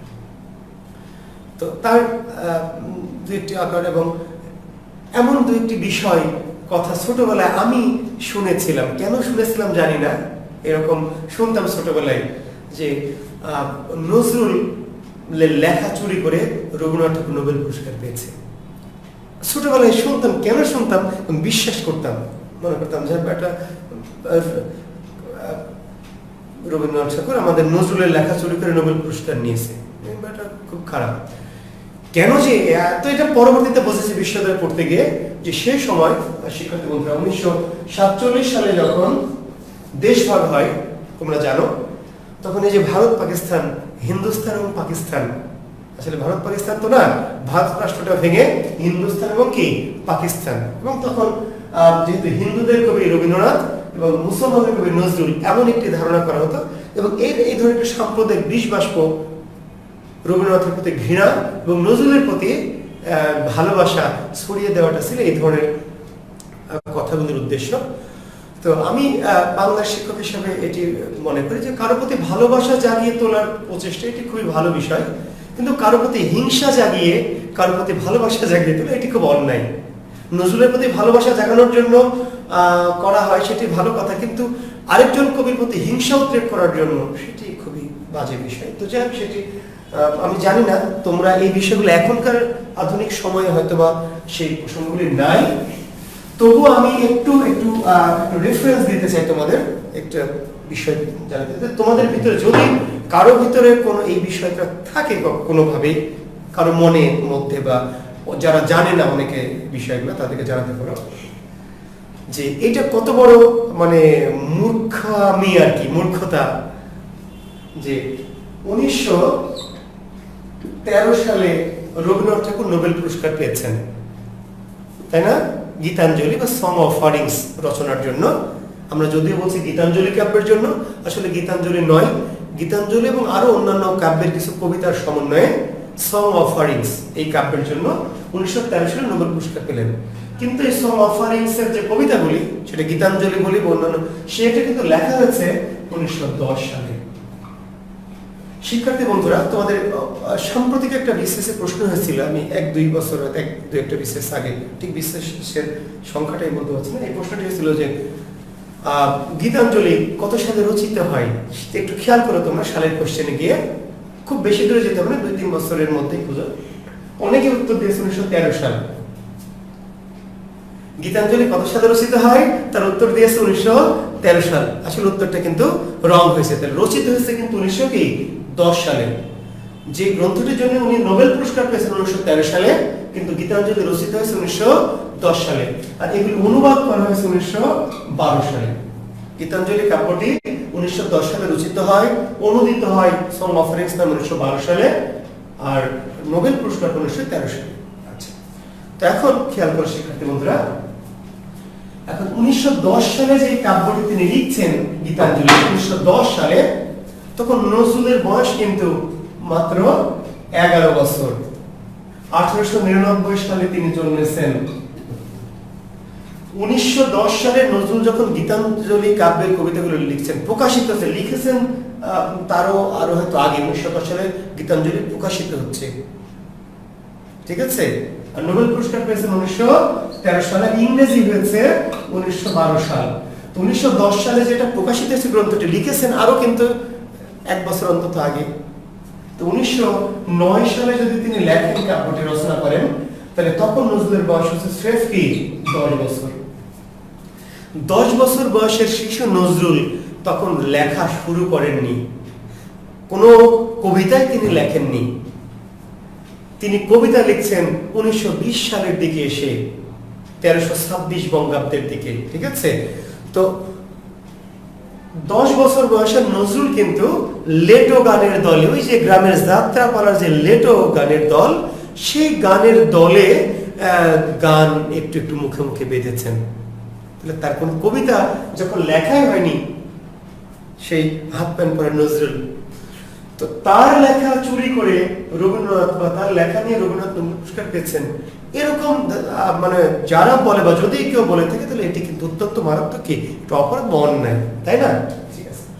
তো আরেকটি কথা বলি যে নজরুল নোবেল পুরস্কার পায়নি কেন, বা উচিত ছিল কিনা, এমন যদি কোনো প্রশ্ন কেউ কখনো মনে করেন, কেউ তোমরা শিক্ষার্থী বন্ধুরা, তাহলে একটু কথা বলে রাখি যে নজরুল কিন্তু নোবেল পুরস্কার অবশ্যই পাওয়া উচিত ছিল, অবশ্যই। নজরুলের কাব্যের যে বাণী, তার কাব্যের যে ইফেক্ট, সেটি কিন্তু অত্যন্ত মারাত্মক।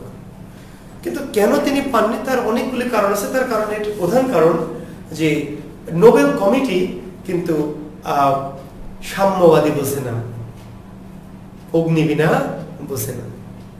তো সাম্যবাদী না বোঝে কি ইকুয়ালিটি।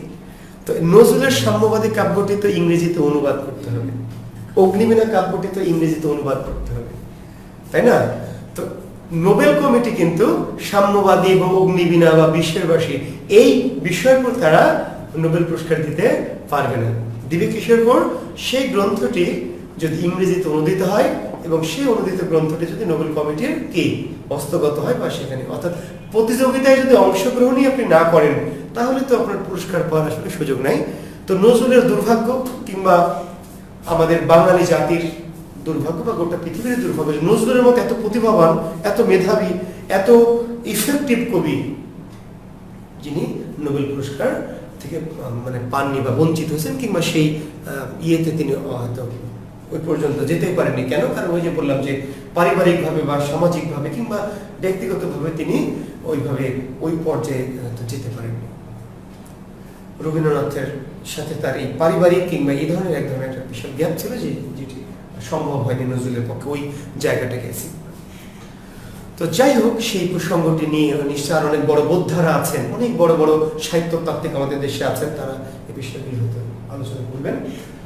তো এইভাবে নজরুলের সাহিত্য জগতে প্রবেশ ঘটে গেল। নজরুল কিন্তু বিদ্রোহী কবিতা লিখে কবি হয়ে গেলেন, বিদ্রোহী কবি, এবং তার উপাধি তখন হয়ে গেল বিদ্রোহী কবি নজরুল। এই বিদ্রোহী কবি নজরুল হয়ে গেলেন। তো নজরুলের উপাধি কি? বিদ্রোহী কবি। নজরুলের আরেকটি উপাধি রেবেল পয়েট। রেবেল পয়েট, বাংলার বাইরন, বাংলার বাইরন। অর্থাৎ ইংরেজি সাহিত্যে যেমন বাইরনকে বলা হয় রেবেল পয়েট, বাংলা সাহিত্যের যদি বলা হয় যে বাংলার বাইরনকে, তার উত্তর নজরুল। বিদ্রোহী কবিকে নজরুল। আর নজরুলের একটি ছদ্মনাম ছিল, নিশ্চয় তোমরা জানো, ধূমকেতু। এই ধূমকেতু ছদ্মনামে নজরুল একটি প্রবন্ধ লিখেছেন। তো নজরুলের ছদ্মনাম ধূমকেতু, আর নজরুলের উপাধি বিদ্রোহী কবি এবং বাংলার বাইরন। তো নজরুল সাহিত্য জগতে প্রবেশ করলেন এবং তার প্রথম কাব্য প্রকাশিত হলো 1922 সালে। 1922 সালে নজরুলের প্রথম প্রকাশিত কাব্য গ্রন্থ নাম কি? অগ্নিবীণা।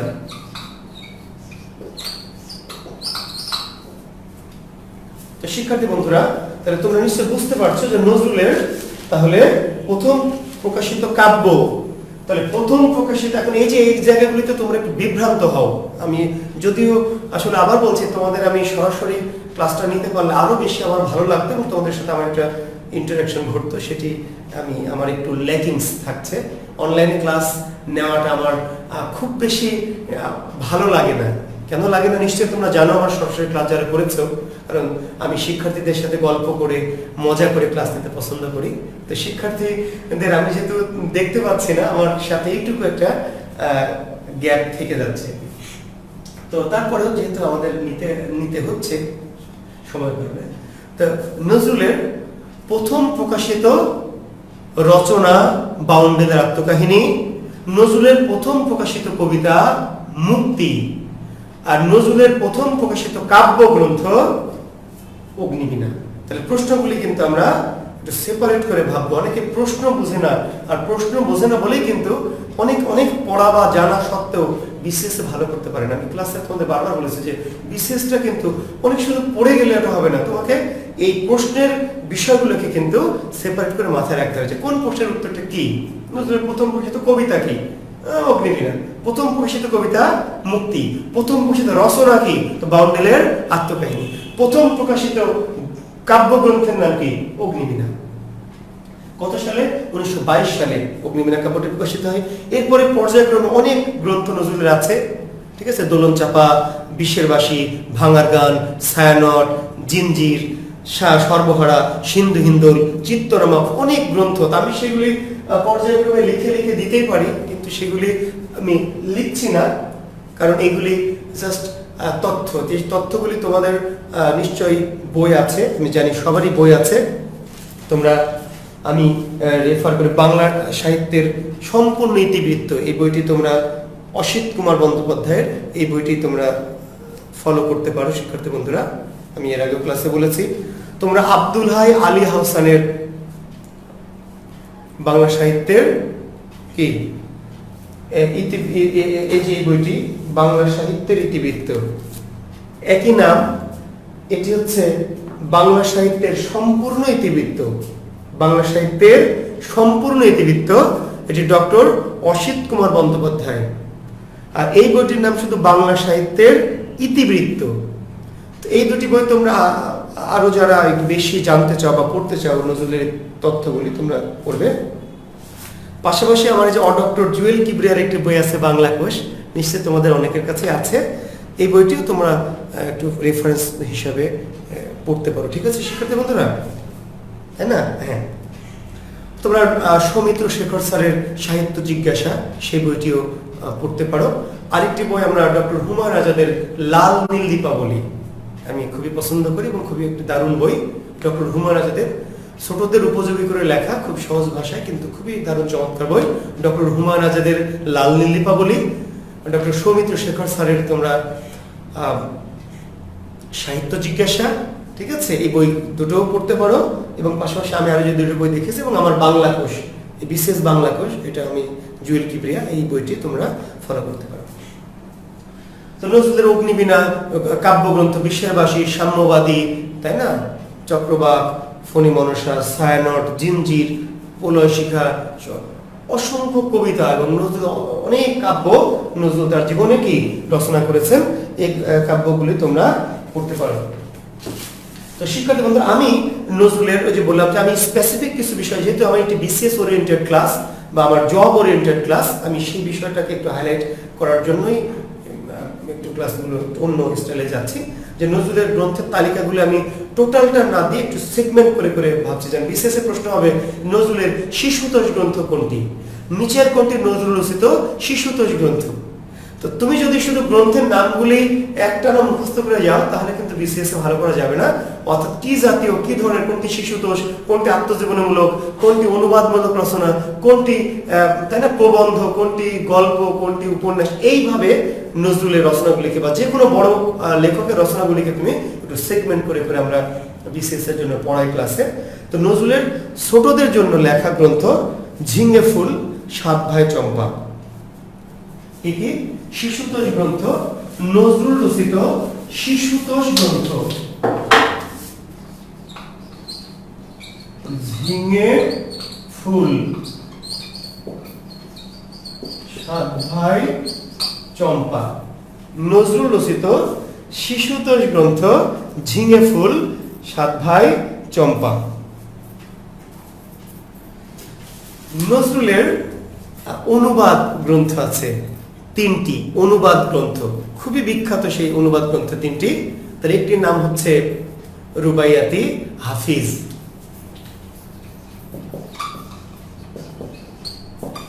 রুবাইয়াতি হাফিজ, তোমরা জানো শিক্ষার্থী, হাফিজ কবি হাফিজ পারস্যের অত্যন্ত বিখ্যাত বড় মাপের কবি। সেই হাফিজের রুবাইয়াতের অনুবাদ করেছিলেন নজরুল। গ্রন্থটির নাম দিয়েছিলেন রুবাইয়াতি হাফিজ। নজরুলের আরেকটি অনুবাদ গ্রন্থ যার নাম রুবাইয়াত-ই ওমর খৈয়াম, রুবাইয়াতি ওমর খৈয়াম, এটি নজরুলের আরেকটি বিখ্যাত গ্রন্থ রুবাইয়াতি ওমর খৈয়াম। ওমর খৈয়াম অত্যন্ত বিখ্যাত একজন কবি, তিনিও পারস্যের কবি ওমর খৈয়াম। ওমর খৈয়ামের যে রুবাই, সেই রুবাইগুলি নজরুল অনুবাদ করেছিলেন। গ্রন্থটির নাম দিয়েছিলেন রুবাইয়াতি ওমর খৈয়াম। নজরুলের আরেকটি অনুবাদ গ্রন্থ ছিল, সেটির নাম হচ্ছে কাব্যে আমপারা। কাব্যে আমপারা, কাব্যে আমপারা। এবং এই গ্রন্থটি শিক্ষার্থী বন্ধুরা তোমরা জেনে হয়তো অবাক হতে পারো, অনেকে জানো না, এই গ্রন্থটি কিন্তু পবিত্র কোরআন শরীফের অনুবাদ এবং পবিত্র কোরআনের প্রথম পদ্যানুবাদ। অনুবাদ পদ্য ভাষায়, কবিতার ভাষায় পদ্যানুবাদ পবিত্র কোরআনের। তোমরা যদিও জানো যে বাংলা অনুবাদ কোরআনের প্রথম করেছেন ভাই গিরিশচন্দ্র সেন, ঠিক আছে, ভাই গিরিশচন্দ্র সেন পবিত্র কোরআনের প্রথম অনুবাদক। নজরুল এই পবিত্র কোরআনের পদ্যানুবাদ করেছিলেন এবং আমপারা অর্থাৎ কোরআনের 30তম পারাটিকে বলে আমপারা। ছোটবেলায় আমরা ছোট আমপারা বই এভাবে নিয়ে পড়তাম মাদ্রাসা এবং মসজিদে গিয়ে। আমপারা অর্থাৎ 30 নম্বর ছোট ছোট সূরার সমন্বয় যে পারাটি, সেই পারাটিকে বলা হয় আমপারা। তো সেই 30 নম্বর পারার তথা আমপারা অর্থাৎ ছোট সূরার সমন্বয় যে পারা, সেই পারাটি নজরুল করেছিলেন পুরো 30তম পারাটি কাব্যানুবাদ করেছিলেন, কবিতার ভাষা অনুবাদ করেছিলেন, যেটি একটি বিশাল একটি কৃতিত্ব নজরুলের। তো নজরুলের অনুদিত গ্রন্থগুলি কোনটি বা কোনটি নয় বা কোনটি, তার অনুদিত রুবাইয়াতি হাফিজ, রুবাইয়াতি ওমর খৈয়াম আর কাব্যে আমপারা। ঠিক আছে শিক্ষার্থী বন্ধুরা, তোমরা যারা নোটস করছো নিশ্চয়ই নোট করবে। আর নজরুলের উপন্যাস কয়টি? 3টি। নজরুলের উপন্যাসের সংখ্যা 3টি, সেট 3টি। কি কি? মৃত্যু ক্ষুধা, কি প্রথম উপন্যাস কোনটি? নিশ্চয় মৃত্যু ক্ষুধা নয়, তাই না? প্রথম উপন্যাসটির নাম কি? বাঁধনহারা। নজরুলের প্রথম উপন্যাস বাঁধনহারা। নজরুলের প্রথম উপন্যাস বাঁধনহারা। 1927 সালে নজরুলের প্রথম উপন্যাসটি প্রকাশিত হয় বাঁধনহারা। এই উপন্যাসটি হলো বাংলা সাহিত্যের প্রথম পত্র উপন্যাস। বাংলা সাহিত্যের প্রথম পত্র উপন্যাসের নাম কি? বাঁধনহারা। বাংলা সাহিত্যের প্রথম পত্র উপন্যাসের নাম কি? বাঁধনহারা। তাহলে বাংলা সাহিত্যের প্রথম পত্র উপন্যাসের রচয়িতাকে কাজী নজরুল ইসলাম। যদি প্রশ্নটি ঘুরিয়ে করে কেউ যে পত্র উপন্যাসের জনককে, তোমরা কিন্তু একজনও পারবে না। কেন পারবে না? মানে এরকম কোনো তথ্য প্রচলিত কোনো ওই গাইড বইগুলোতে দেওয়া থাকে না। এইগুলি শিক্ষকরা তাদের সৃজনশীলতাতে বের করেন যে পত্র উপন্যাসের জনককে। পত্র উপন্যাসের জনক এই যে বাংলা সাহিত্যের প্রথম যিনি পত্র উপন্যাস লিখলেন নজরুল, তিনি হলেন পত্র উপন্যাসের জনক। বাংলা সাহিত্যের প্রথম পত্র উপন্যাস হচ্ছে বাঁধনহারা। 1927 সালে নজরুলের প্রথম উপন্যাস। নজরুলের দ্বিতীয় উপন্যাস, যেটি নজরুলের শ্রেষ্ঠ উপন্যাস, সেটির নাম হচ্ছে মৃত্যু ক্ষুধা।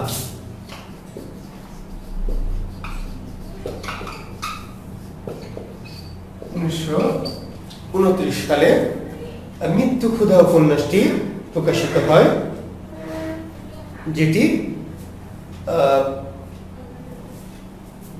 1929 শিক্ষার্থী মধ্যে একটু কারেকশন করে 1930 নয়, মৃত্যু ক্ষুধা 1930। এবং আরেকটি তার উপন্যাস ছিল যেটির নাম ছিল কি?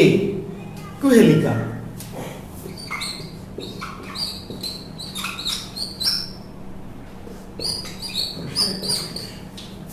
এই হচ্ছে আমাদের নজরুল রচিত কি উপন্যাস, বাঁধনহারা, মৃত্যু ক্ষুধা এবং কুহেলিকা। তো মৃত্যু ক্ষুধা হচ্ছে নজরুলের কি শ্রেষ্ঠ বা সবচেয়ে জনপ্রিয় উপন্যাস, নজরুলের শ্রেষ্ঠ উপন্যাস। নজরুল রচিত শ্রেষ্ঠ উপন্যাস কোনটি? মৃত্যু ক্ষুধা, 1930 সালে প্রকাশিত হয়েছে। আর নজরুলের শেষ উপন্যাসটির নাম কি? কুহেলিকা। এবং এই উপন্যাসটি, কুহেলিকা উপন্যাসটি প্রেক্ষাপট একটু জেনে রাখো, মানে জাস্ট প্রেক্ষাপট এক কথা যদি বলি তাহলে সন্ত্রাসবাদী আন্দোলন। কুহেলিকা উপন্যাসের উপজীব্য বিষয় কি? সন্ত্রাসবাদী বা সহিংস আন্দোলন। তোমরা জানো যে ভারতে দুটি ধারার আন্দোলন সংগঠিত ছিল, একটি অহিংস আন্দোলন, একটি সহিংস আন্দোলন। অহিংস আন্দোলনের নেতৃত্বে ছিলেন কে? মহাত্মা গান্ধী, গান্ধীজি। তিনি অহিংসা আন্দোলন, অহিংস আন্দোলন। অর্থাৎ তোমাকে যদি কেউ একটা চড় মারে, তুমি কি করো? আর একটা গাল দাও, এই জাতীয়। অর্থাৎ আমাকে আঘাত করলে আঘাত না, আমি আঘাত মেনে নেব। কিন্তু আরেকটা হিংসাত্মক আন্দোলন তথা সহিংস আন্দোলন, সেই আন্দোলনের নেতৃত্ব দিয়েছিলেন নেতাজি সুভাষচন্দ্র বসু। তিনি বললেন যে না, এই মার খেয়ে এই দেশ স্বাধীন হবে না। কি করতে হবে? মার দিতে হবে। Give me blood, I will give you freedom. Netaji Subhas Chandra Bose তিনি বললেন যে give me blood, I will give you freedom. রক্ত দাও, আমি স্বাধীনতা দিচ্ছি। এবং এই আন্দোলনে সাথে নজরুলের কিন্তু একটু সম্পৃক্ততা ছিল, অল্প একটু। তো তিনি এই আন্দোলনকে একটু সমর্থন করতেন। তো এই আন্দোলনের প্রেক্ষাপটে তিনি কুহেলিকা উপন্যাসটি রচনা করেছিলেন। যদিও মৃত্যু ক্ষুধা উপন্যাসেও সেই বিষয়টি সন্ত্রাসবাদী বা এই সহিংস আন্দোলনের প্রেক্ষাপটটা কিছুটা আছে, কিন্তু এই উপন্যাসের মূল উপজীব্য বিষয় হিসেবে ধরা হয় নদিয়ার চাঁদ সড়কের জনজীবন। নদিয়ার চাঁদ সড়কের জনজীবন, দুঃখ, দারিদ্র্য, ক্ষুধা, মৃত্যু। নদিয়ার চাঁদ সড়ক নামক একটি এলাকার মানুষের জীবনের ক্ষুধা, দারিদ্র্য, মৃত্যু, হাহাকার, পাওয়া না পাওয়ার বেদনা, এবং তার পাশাপাশি কিন্তু সেখানেও এই হিংসাত্মক আন্দোলন বা সহিংস আন্দোলনটি আছে। যদি অনেক ডিটেলসে যেতে পারছে না, কারণ আমি নজরুলকে আরেকটু বিষয় নিয়ে কথা বলতে চাই। এবং এই নায়কের, এই মৃত্যু ক্ষুধা উপন্যাসের নায়ক আনসার, সে এই হিংসাত্মক আন্দোলনের সাথে জড়িত। নায়কের নাম কি? মৃত্যু ক্ষুধা উপন্যাসের নায়ক আনসার, যে এই হিংসাত্মক আন্দোলন, ব্রিটিশ বিরোধী আন্দোলনের সাথে জড়িত। তোমরা নিশ্চয়ই কাহিনীটা পড়বে, নজরুলের মৃত্যু ক্ষুধা উপন্যাসটা অবশ্যই পড়বে, তোমাদের ভালো লাগবে এবং বিসিএস এর জন্য বা জবের জন্য কিন্তু কাজেও লাগবে। তো শিক্ষার্থীদের নজরুল রচিত উপন্যাস তিনটি, বাঁধনহারা, মৃত্যু ক্ষুধা এবং কি কুহেলিকা। আমরা জানলাম নজরুল থেকে একটি প্রশ্ন। নজরুলের আমরা যদি কাব্যগ্রন্থে যাই, তার আগে একটু গল্প গ্রন্থগুলো বলে নিই। নজরুলের গল্প গ্রন্থের সংখ্যা তিনটি, ব্যথার দান, রিক্তের বেদন এবং কি শিউলিমালা। নজরুল রচিত গল্প গ্রন্থের সংখ্যা কয়টি? তিনটি। ব্যথার দান, রিক্তের বেদন এবং শিউলিমালা। ব্যথার দান, রিক্তের বেদন এবং শিউলিমালা। ব্যথার দান 1922 সালে, রিক্তের বেদন 1925 সালে এবং শিউলিমালা 1931। নজরুল রচিত গল্প গ্রন্থের সংখ্যা কয়টি? 3টি। কি কি? ব্যথার দান, রিক্তের বেদন, শিউলিমালা। বা কোনটি নজরুল রচিত গল্প গ্রন্থ বা কোনটি নজরুল রচিত গল্প গ্রন্থ নয়, এমনও প্রশ্ন অনেক সময় কি আমরা করে থাকি শিক্ষার্থী বন্ধুরা। তাহলে কোনটি নয়, তাহলে এই 3টা বাদ দিয়ে যেটি থাকবে সেটি নয়। আর কোনটি গ্রন্থ, তাহলে এই 3টার যে কোনো একটি থাকতে পারে, 3টিও থাকতে পারে, যে সবগুলি। কোনটি নজরুল রচিত গল্প গ্রন্থ, তাহলে 3টি থাকবে, সবগুলি হবে, অথবা 3টির কোনো একটি থাকবে, অথবা প্রশ্নটা একটু চালাকি করে বলা হবে যে কোনটি নজরুল রচিত গল্প গ্রন্থ নয়। অনেকে পড়ে কোনটি নজরুল রচিত গ্রন্থ নয়, তো গল্প গ্রন্থ নয়, তার মানে এর মধ্যে একটু উপন্যাস দিতে পারে, মৃত্যুক্ষুধা, সেটি কিন্তু নজরুল রচিত গ্রন্থ, কিন্তু নজরুল রচিত গল্প গ্রন্থ নয়। এই প্রশ্নগুলো অনেক সময় বুঝতে পারে না বলে শিক্ষার্থীরা কিন্তু হুট করে বিভ্রান্ত হয়ে যায়। তাহলে ব্যথার দান, রিক্তের বেদন, শিউলিমালা, এই গল্প গ্রন্থগুলিতে নজরুলের একটু আলাদা স্বকীয় সত্তা প্রকাশ পেয়েছে। নজরুলের রোমান্টিক সত্তাটি, অর্থাৎ নজরুলের কিন্তু দুটি সত্তা, নজরুলের জীবনে 2টি ধারা। তোমরা জানো নজরুলকে নিয়ে খুবই, আমি প্রথমেই বলেছি, নজরুলকে নিয়ে বলে শেষ করা যাবে না। নজরুলের আত্মার ভিতরে 2টি ধারা, একটি হচ্ছে তার বিদ্রোহী ধারা এবং আরেকটি হচ্ছে তার রোমান্টিক ধারা। তিনি বলেছেন বিদ্রোহী কবিতায়, মম এক হাতে বাঁকা বাঁশের বাঁশরি, আর হাতে রণতুর্য। এক হাতে বাঁকা বাঁশের বাঁশরি কৃষ্ণের মোহনবাসী, যেটা রোমান্টিকতা, রোমান্সের বাঁশি, আর এক হাতে কি? রণতুর্য, অর্থাৎ যুদ্ধের বাঁশি, যুদ্ধের বাদ্যযন্ত্র। তো এই গল্পগুলোতে নজরুলের সেই কি রোমান্টিক যে বাঁশি, অর্থাৎ নজরুলের গল্পগুলির মধ্যে প্রেম, বিরহ, আবেগ, ভালো লাগা, ভালোবাসা, পাওয়া না পাওয়া, ব্যথা, বেদনা, এই বিষয়গুলোকে প্রাধান্য দিয়েই নজরুল কিন্তু তার গল্পের প্লটগুলি সাজিয়েছিলেন।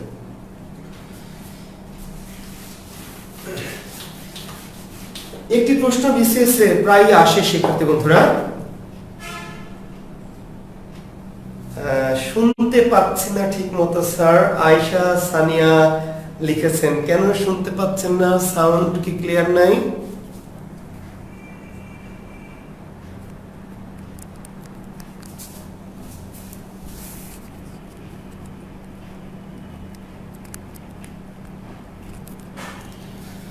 হ্যাঁ শিক্ষার্থী বন্ধুরা, একজন লিখছেন শুনতে পাচ্ছেন না, সাউন্ডের একটু প্রবলেম হচ্ছে। ফিরোজ আহমেদ আকাশ। আচ্ছা, আরেকজন লিখছেন আবার শুনতে পাচ্ছি না ঠিক মতো স্যার। তাই তো দেখছি। তাহলে শামীম লিখছো আপনার net problem. Boss back to action. আচ্ছা স্যার প্লিজ, আমি বুঝতে পারছি না এটা। উম্মে কুলসুম, কনি ঠিক মতোই শোনা যাচ্ছে। কনি আছে লাইনে। মুফাজ্জল হোসেন খান, হেডফোন ইউজ করলে শুনতে পাবেন। হ্যাঁ, হেডফোনে একজন লিখছেন হেডফোন ইউজ করলে একটু ভালো শুনতে পাবেন, একটু আপনারা ট্রাই করে দেখতে পারেন। হ্যাঁ, সাউন্ডের একটু প্রবলেম হচ্ছে অনেকে বলছেন, তো একটু হেডফোন লাগান। হ্যাঁ, আপনারা একটু, যারা শুনতে প্রবলেম হচ্ছে যাদের, তারা একটু হেডফোন লাগান। সুভাষ মুর্মু লিখেছেন। আচ্ছা, সাবরিনা আক্তার রিয়া, অনেকদিন পর দেখলাম স্যার, আপনাকে অনেক ভালো লাগতো আপনার ক্লাস। আচ্ছা ঠিক আছে, অনেক অনেক অনেক কমেন্টস প্রতিনিয়ত আসতে আছে। আমি দুঃখ প্রকাশ করছি আমার বিদ্রোহী। আচ্ছা, লালন লালন, অনেক অনেক, আমি আসলে কমেন্টসে যাচ্ছি না, আমি ক্ষমা চাচ্ছি শিক্ষার্থী বন্ধুরা, যে আমি তোমাদের হয়তো অনেকেরই কমেন্টস এখন দেখতে পাচ্ছি না। আমি চেষ্টা করে দেখবো, যদি আমি আমার ক্লাসের পরে তোমাদের এগুলো দেখা যায়, আমি সবার কমেন্টসে একটু দেখবো, আমার ভালো লাগবে। তোমাদের অনেকদিন পরে যেহেতু তোমাদের সাথে আমার একটু যোগাযোগ ঘটলো, আমি একটু ক্লাসে চলে যাই, ক্লাসের দিকে যাই। তোমরা যারা শুনতে একটু অসুবিধা হচ্ছে মনে করছো, তোমরা একটু হেডফোন লাগিয়ে নিলে মনে হয়, বলছে শামীম আমাদের অপারেটর, যে একটু ভালো শোনা যাবে। তো শিক্ষার্থী বন্ধুরা, নজরুলের আহ, সঙ্গীত গ্রন্থ। দেখো নজরুল ওই যে ছোটবেলা শুরু হয়েছিল কিন্তু নজরুলের কি দিয়ে? লেটো গান দিয়ে। নজরুলের জীবনটা শুরু হয়েছিল প্রথমে লেটো গান, এবং নজরুল কিন্তু অসংখ্য গান, যাকে আমরা নজরুল গীতি বলে থাকি, তো অসম্ভব সুন্দর গান নজরুলের আছে, সেই গানগুলি নজরুল গীতি নামে পরিচিত। তো নজরুল এই গান, নজরুলের সঙ্গীত গ্রন্থ গুলো কি কি তোমরা একটু দেখে নিতে পারো। নজরুলের সঙ্গীত গ্রন্থ: বুলবুল, চোখের চাতক, চন্দ্রবিন্দু, সুর সাকি, জুলফিকার, গুলবাগিচা। বুলবুল, চোখের চাতক, চন্দ্রবিন্দু, সুর সাকি, জুলফিকার, গুলবাগিচা।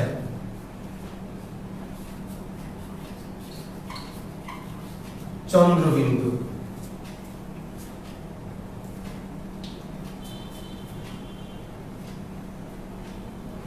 আরো আছে অসংখ্য গান, বন, গীতি, তারপরে গীত, শতদল, সুরমুকুর, ছায়ানট, অসংখ্য গানের বই, হিন্দোল।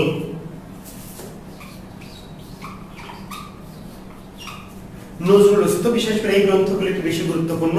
বুলবুল, হয়তো প্রশ্ন হবে চোখের চাতক কি জাতীয় রচনা, হয়তো প্রশ্ন হতে পারে জুলফিকার কি জাতীয় রচনা, চন্দ্রবিন্দু কি জাতীয় রচনা, ঠিক আছে, হিন্দোল কি জাতীয় রচনা, ছায়ানট কি জাতীয় রচনা। তাহলে এই গ্রন্থগুলি বা নিচের কোনটি নজরুল রচিত সঙ্গীত গ্রন্থ, নিচের কোনটি নজরুল রচিত গানের বই, বা কোনটি সঙ্গীত গ্রন্থ নয়, এই প্রশ্নগুলো আমরা চালাকি করে করি। তো এইগুলি নজরুলের বিখ্যাত সঙ্গীত গ্রন্থ: বুলবুল, চোখের চাতক, চন্দ্রবিন্দু, সুর সাকি, জুলফিকার, গুলবাগিচা, বনগীতি, গীত শতদল, সুরমুকুর, ছায়ানট, হিন্দোল। শিক্ষার্থী বন্ধুরা, এইগুলি তাহলে নজরুল রচিত কি সঙ্গীত গ্রন্থ, ঠিক আছে। নজরুল রচিত প্রবন্ধ গ্রন্থ একটু দেখো। নজরুল রচিত প্রবন্ধ: যুগবাণী। নজরুল রচিত প্রবন্ধ যুগবাণী, তারপরে হলো রুদ্র, মঙ্গল, তারপরে দুর্দিনের যাত্রী। নজরুল রচিত কি এগুলি কি জাতীয় রচনা? প্রবন্ধ জাতীয় রচনা। যুগবাণী, রুদ্র, মঙ্গল, দুর্দিনের যাত্রী।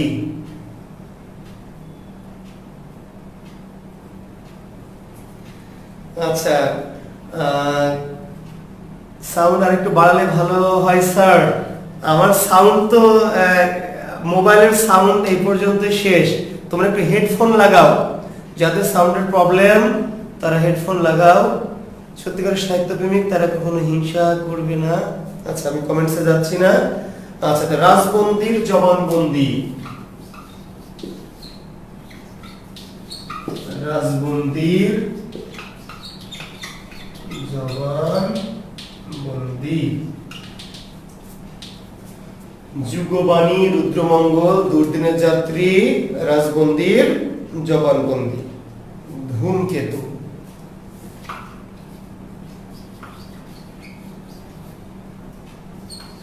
নজরুল রচিত প্রবন্ধ গ্রন্থ, বিখ্যাত প্রবন্ধ গ্রন্থ: যুগবাণী, রুদ্রমঙ্গল, দুর্দিনের যাত্রী, রাজবন্দির জবানবন্দি এবং ধূমকেতু। এইগুলি হচ্ছে নজরুল রচিত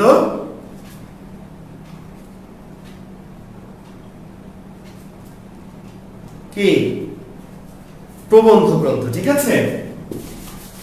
এখন আমি অত্যন্ত ইম্পর্টেন্ট একটা বিষয় তোমাদের সাথে যাব, যে নজরুল কোন কোন গ্রন্থ নজরুলের নিষিদ্ধ হয়েছিল। এরকম একটি প্রশ্ন শিক্ষার্থী বন্ধুরা বিশেষে হয়, এটা নিয়ে একটু নজরুলের কোন গ্রন্থগুলি নিষিদ্ধ বা বাজেয়াপ্ত হয়েছে। তো শিক্ষার্থী বন্ধুরা, নজরুলের নিষিদ্ধ গ্রন্থের সংখ্যা নিয়ে একটুখানি দ্বিমত আছে, বাজেয়াপ্ত গ্রন্থের সংখ্যা নিয়ে। তো মোটামুটি 5টি গ্রন্থ নজরুলের নিষিদ্ধের তালিকায় সবাই রেখেছেন। সেই গ্রন্থগুলি হচ্ছে, দেখো, একটি হচ্ছে ভাঙার গান, ভাঙার গান, বিষের বাঁশি, বিষের বাঁশি, ভাঙার গান, প্রলয় শিখা, চন্দ্রবিন্দু। নজরুলের নিষিদ্ধ কাব্যগ্রন্থ হলো বিষের বাঁশি, ভাঙার গান, প্রলয় শিখা। আর নিষিদ্ধ সঙ্গীত গ্রন্থের নাম কি? চন্দ্রবিন্দু। ঠিক আছে। আর নিষিদ্ধ প্রবন্ধ হচ্ছে কি নজরুলের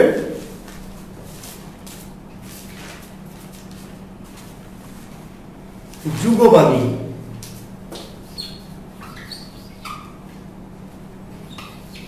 এই 5টি গ্রন্থ নজরুলের নিষিদ্ধ। এটা নিয়ে সবাই এই 5টি গ্রন্থের কথা বলেছেন। ঠিক আছে। শিশির কর, বিখ্যাত সাহিত্যতাত্ত্বিক নজরুল গবেষক শিশির কর, তিনি বলেছেন এই 5টি গ্রন্থ নজরুলের নিষিদ্ধ হয়েছে। কাব্যগ্রন্থ হচ্ছে ভাঙার গান, বিষের বাঁশি, প্রলয় শিখা, সঙ্গীত গ্রন্থ চন্দ্রবিন্দু এবং প্রবন্ধ গ্রন্থ যুগবাণী।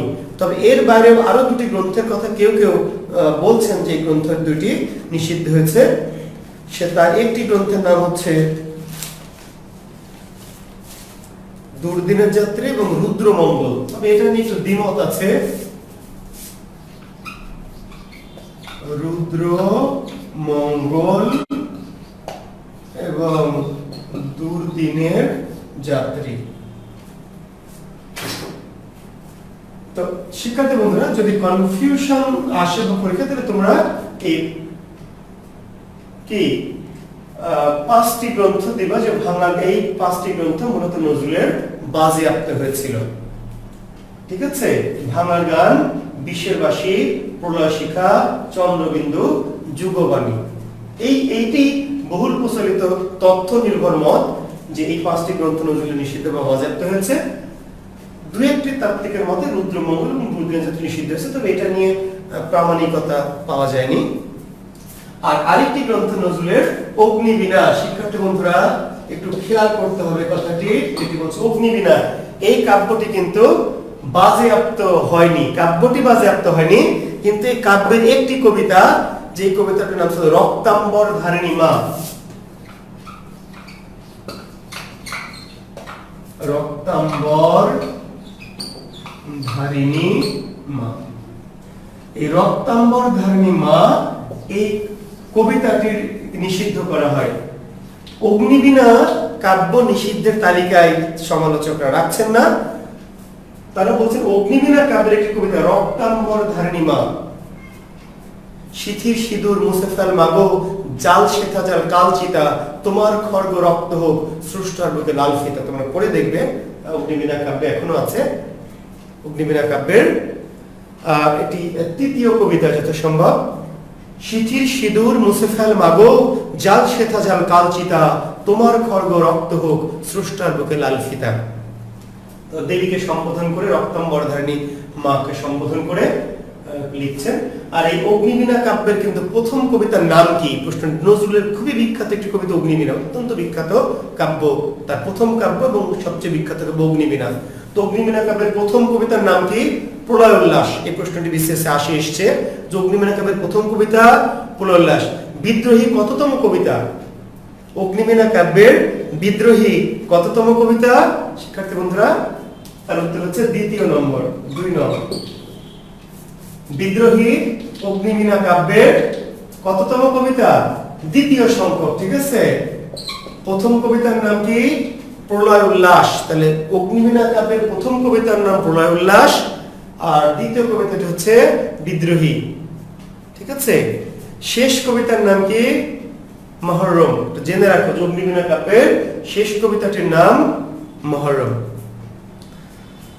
কারবালার বিষাদময় কাহিনী নিয়ে মহরম কবিতাটি লেখা হয়েছে। তো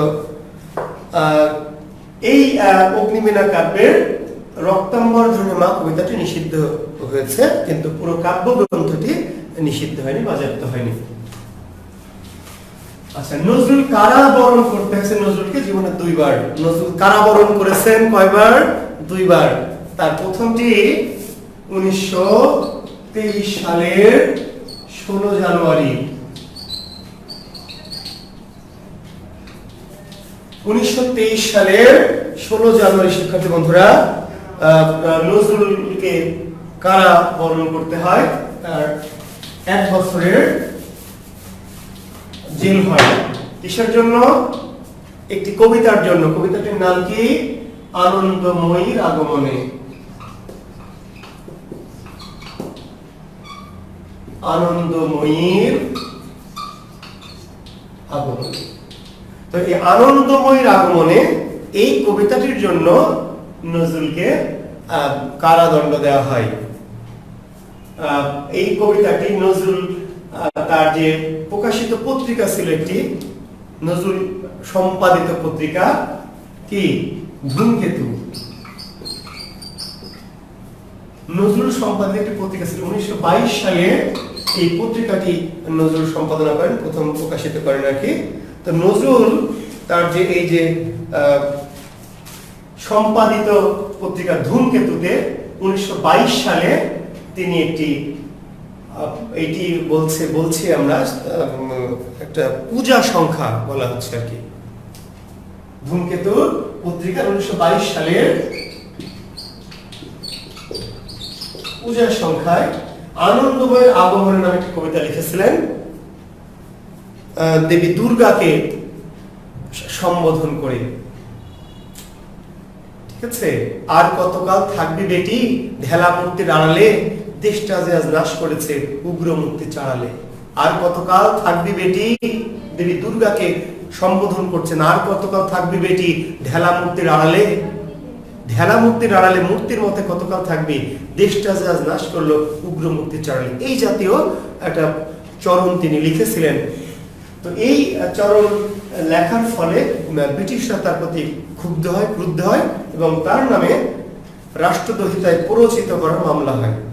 রাষ্ট্রদ্রোহিতায়, রাষ্ট্রের বিরুদ্ধে খেপিয়ে তোলা এই মামলা হয় এবং 1923 সালের 16 জানুয়ারি ম্যাজিস্ট্রেট সুইনহো নামটা লিখে রাখো শিক্ষার্থী বন্ধুরা। খুব এই ম্যাজিস্ট্রেট সুইনহো নজরুলকে ভারতীয় দণ্ডবিধির 124 ধারা অনুসারে 124 ধারা অনুসারে রাষ্ট্রদ্রোহিতায় প্ররোচিত করার অপরাধে 1 বছরের কারাদণ্ড দেন। বুঝেছো শিক্ষার্থী? নজরুলকে প্রথম আচ্ছা একটি প্রশ্ন, তামান্না সেতু প্রশ্ন করেছেন, স্যার পত্র উপন্যাস কি? তামান্না সেতু আপনার জ্ঞাতার্থে জানাচ্ছি বা অন্য আরো যারা জানেন, পত্র উপন্যাস হচ্ছে পত্রের আকারে রচিত উপন্যাস, অর্থাৎ পত্রের মধ্য দিয়ে উপন্যাস। অর্থাৎ একটি পত্র লিখছি, ঠিক আছে, যে প্রিয় তামান্না, প্রিয় তামান্না, এই বলে আমি শুরু করেছি আমার জীবনের কাহিনী। আবার তুমি যখন লিখছো আমাকে, তখন তোমার অনুভূতিগুলো বলছো। তো এইভাবে কি, অর্থাৎ পত্রের আকারে যে উপন্যাসের কাহিনীটা এগিয়ে চলে, অর্থাৎ পত্রের মধ্য দিয়েই একজনের অনুভব প্রকাশ পাচ্ছে, আর আরেকজন তাকে পত্র লিখছে, তাহলে তার মনোবেদনাটা, তার আকাঙ্ক্ষাটা, এইভাবে পত্রের মধ্য দিয়ে যে উপন্যাসের কাহিনীটা পরিণতির দিকে যায় পত্র রচনার মধ্য দিয়ে, সেটি হচ্ছে পত্র উপন্যাস। আধুনিক জগতে বিষয়টি নাই, তোমরা সেই স্বাদটিও পাবে না। আমরা অল্প কিছু পেয়েছি আমাদের বিশ্ববিদ্যালয় জীবনে, ঠিক আছে, পত্র লেখা, সেই পত্রের জন্য ওয়েট করা, সেটার উত্তর দেওয়া, আবার আসা। তো এই যে পত্রের মধ্য দিয়ে যখন কোনো কাহিনী লেখক রচনা করে ফেলেন, কোনো বিষয়কে তুলে ধরেন কাহিনী ঘটনা দ্বারা, পত্রের আকারে রচিত, অর্থাৎ পত্রের মধ্য দিয়ে রচিত উপন্যাসকে বলা হয় পত্র উপন্যাস। এই জাতীয় আরেকটি উপন্যাস হচ্ছে বাংলা সাহিত্যে সৈয়দ এমদাদ আলীর হাজেরা। আমি একটু উপন্যাস বলেছি নজরুলের বাঁধনহারা। আরেকটি পত্র উপন্যাস আমার মনে পড়ছে এই মুহূর্তে, সৈয়দ এমদাদ আলী নামক একজন লেখক, তার রচিত হাজেরা পত্র উপন্যাস।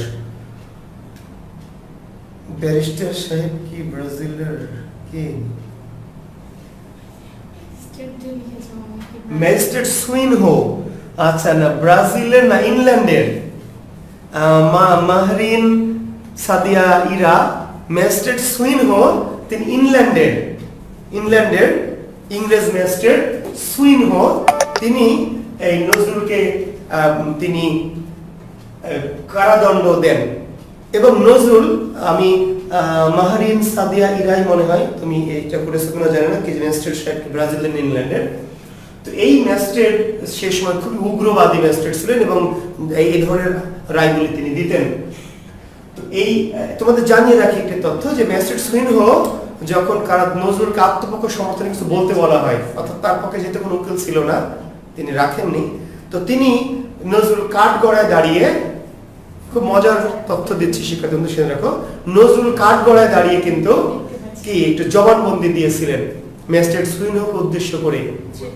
এবং সেই বিষয়টি কিন্তু নজরুলের পরবর্তীতে লিখিত আকারে রচিত হয়েছে, যেটি হচ্ছে রাজবন্দির জবানবন্দি, যেটি বাংলা সাহিত্যের প্রথম কাঠগড়া সাহিত্য, বাংলা ভাষার প্রথম কাঠগড়া সাহিত্য আমরা বলছি। কাঠগড়া সাহিত্য মানে নজরুল ওই যে সুইনহোর যে আদালত, সে আদালতে তার আত্মপক্ষ সমর্থনের জন্য যখন থেকে কথা বলতে বলা, তিনি কারাগারে দাঁড়িয়ে আবেগময় ভাষায় যে বক্তৃতা দিয়েছিলেন, সেইটি পরবর্তীতে তিনি লিখিত রূপ দিয়েছিলেন, যে সাহিত্যটিকে নাম দেওয়া হয়েছে রাজবন্দির জবানবন্দি, বাংলা সাহিত্যের প্রথম কি কাঠগড়া সাহিত্য।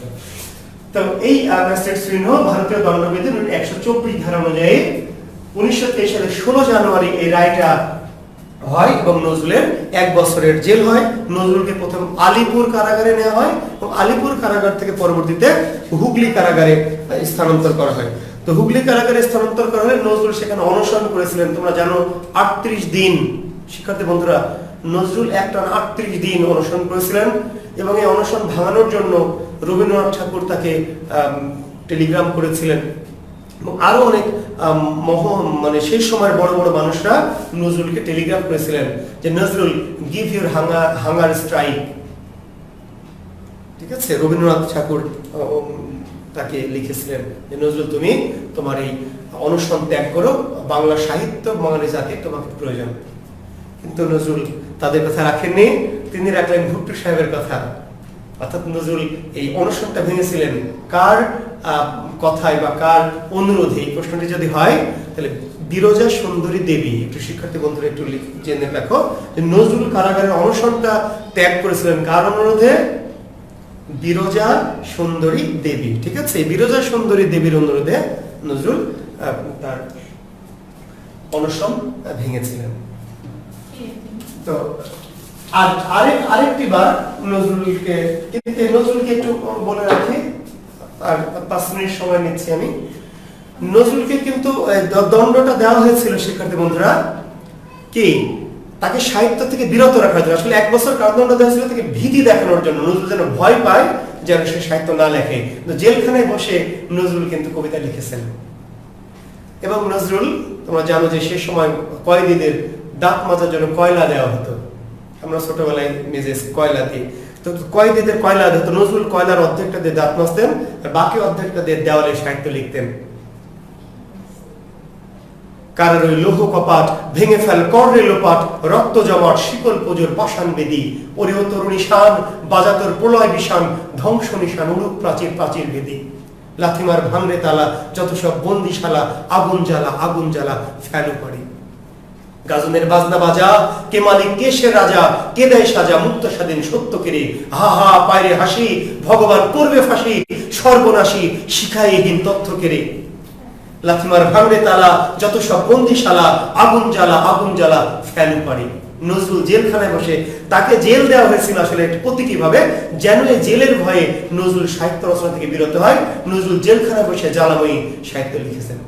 তখন তাকে হাত করা এবং হাতে পায়ে বেড়ি পরিয়ে দেওয়া হয়েছিল। শিক্ষার্থী বন্ধুরা, তোমরা জানো যে ওই কারাগারে, হুগলি কারাগারে নজরুলকে নির্যাতন করা হয়েছিল এবং তার শুধুমাত্র ফাঁসির কয়েদিদেরই হাত পায়ে বেড়ি পরিয়ে রাখার নিয়ম ছিল, কিন্তু নজরুল যাতে লিখতে না পারে সেই জন্য নজরুল হাতে পায়ে বেড়ি রাখা।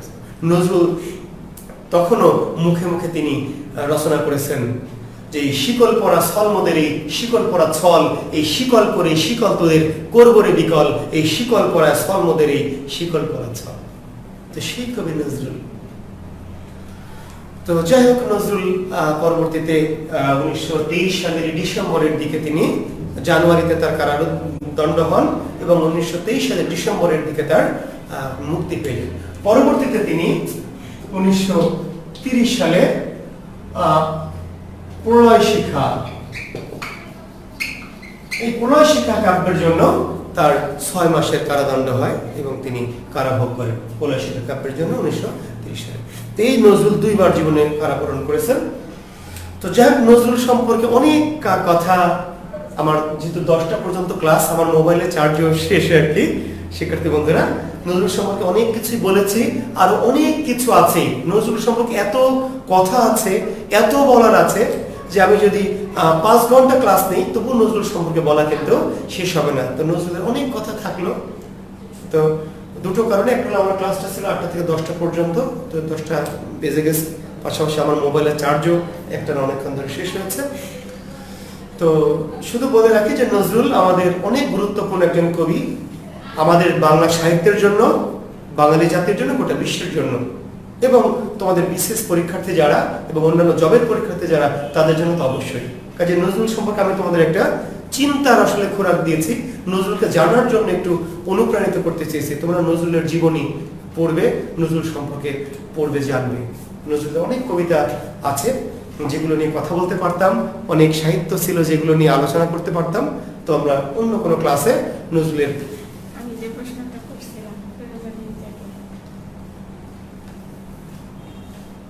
অনেক কথা ছিল, তো আমরা নেক্সট কোনো ক্লাসে হয়তো নজরুলের বাকি আরো অনেক জীবনের বিষয়গুলো নিয়ে কথা বলবো। তো আজকে পর্যন্ত শিক্ষার্থী বন্ধুরা, তো একটি কথা বলে শেষ করি, নজরুলের সম্পাদিত পত্রিকা ছিল 3টি, তার একটি আমি বলেছি লাঙ্গল, আরেকটি হচ্ছে নজরুলের সম্পাদিত পত্রিকা ধূমকেতু, এবং আরেকটি হচ্ছে নবযুগ। তো প্রথম সম্পাদিত পত্রিকাটি হচ্ছে নজরুলের, একটু না বলে শেষ করলে আমার খারাপ লাগবে, নজরুলের প্রথম সম্পাদিত পত্রিকা ধূমকেতু, তারপরে নজরুলের সম্পাদিত পত্রিকা লাঙ্গল, এবং একটি পত্রিকা সম্পাদিত নবযুগ। যদিও একটু এখানে একটুখানি বিভ্রান্তি কোনো কোনো গ্রন্থে এই জন্য আছে যে নবযুগ পত্রিকাটি 1920 সালে প্রকাশিত হয়েছিল, এই তথ্যটি দেওয়া আছে, এটি ঠিক তথ্য, কিন্তু তখন সম্পাদক ছিলেন কমরেড মোজাফফর আহমেদ, নজরুল তার উপসম্পাদক বা সহকারী সম্পাদক ছিলেন। পরবর্তীতে নজরুল কিন্তু এই পত্রিকাটি পরবর্তীতে কমরেড মোজাফফর আহমেদের পরে নিজে একসময় সম্পাদনা করেছেন। তো নবযুগ পত্রিকাটি সালের দিক থেকে 1920 সালে, ধূমকেতু পত্রিকা 1922 সালে। কিন্তু নজরুলের প্রথম পত্রিকা কোনটি? ধূমকেতু। কেন এই তথ্যটি এরকম বিভ্রাট যে নজরুল প্রথম ধূমকেতু পত্রিকা 1922 সালে, এটি তার নিজের সম্পাদিত প্রথম পত্রিকা, আর নবযুগ 1920 সালে প্রকাশিত হলেও এটি মূলত ছিল কমরেড মোজাফফর আহমেদের পত্রিকা। পরবর্তীতে নজরুল এই পত্রিকাটি নিজের সম্পাদনা করেছেন পরে, যার ফলে প্রথম 1920 সালে নবযুগ হলেও নজরুল সম্পাদিত প্রথম পত্রিকা ধূমকেতু 1922 সালে। লাঙ্গল পত্রিকাটি 1925 সালে সম্পাদনা করেছেন নজরুল। তো এই হচ্ছে আমাদের নজরুল সম্পাদিত পত্রিকা, ঠিক আছে? তো শিক্ষার্থী বন্ধুরা, এই লাঙ্গল পত্রিকাটি পরবর্তীতে আরো ভিন্ন ভিন্ন নামে প্রকাশিত হয়েছিল। তো সেই বিষয়গুলো নিয়ে আর কথা বাড়াচ্ছি না। তোমরা ভালো থেকো, তোমরা তোমাদের সাথে নিশ্চয়ই আমি দেখার প্রত্যাশা রাখছি। তোমরা সুন্দর থেকো, তোমাদের জীবনটা সুন্দর থাক, আর সাবধানে থেকো। যে কয়েকদিন আরো করোনা পরিস্থিতি, আমাদের দুর্যোগ যাচ্ছে, অনেকদিনই হয়তো থাকবে, আমরা সাবধানে থাকবো, সবাই ভালো থাকবো, ঠিক আছে? তোমাদের হাসি মাখা মুখ নিশ্চয়ই অচিরে দেখবো, সেই প্রত্যাশা রাখছি। শুভকামনা সবার জন্য।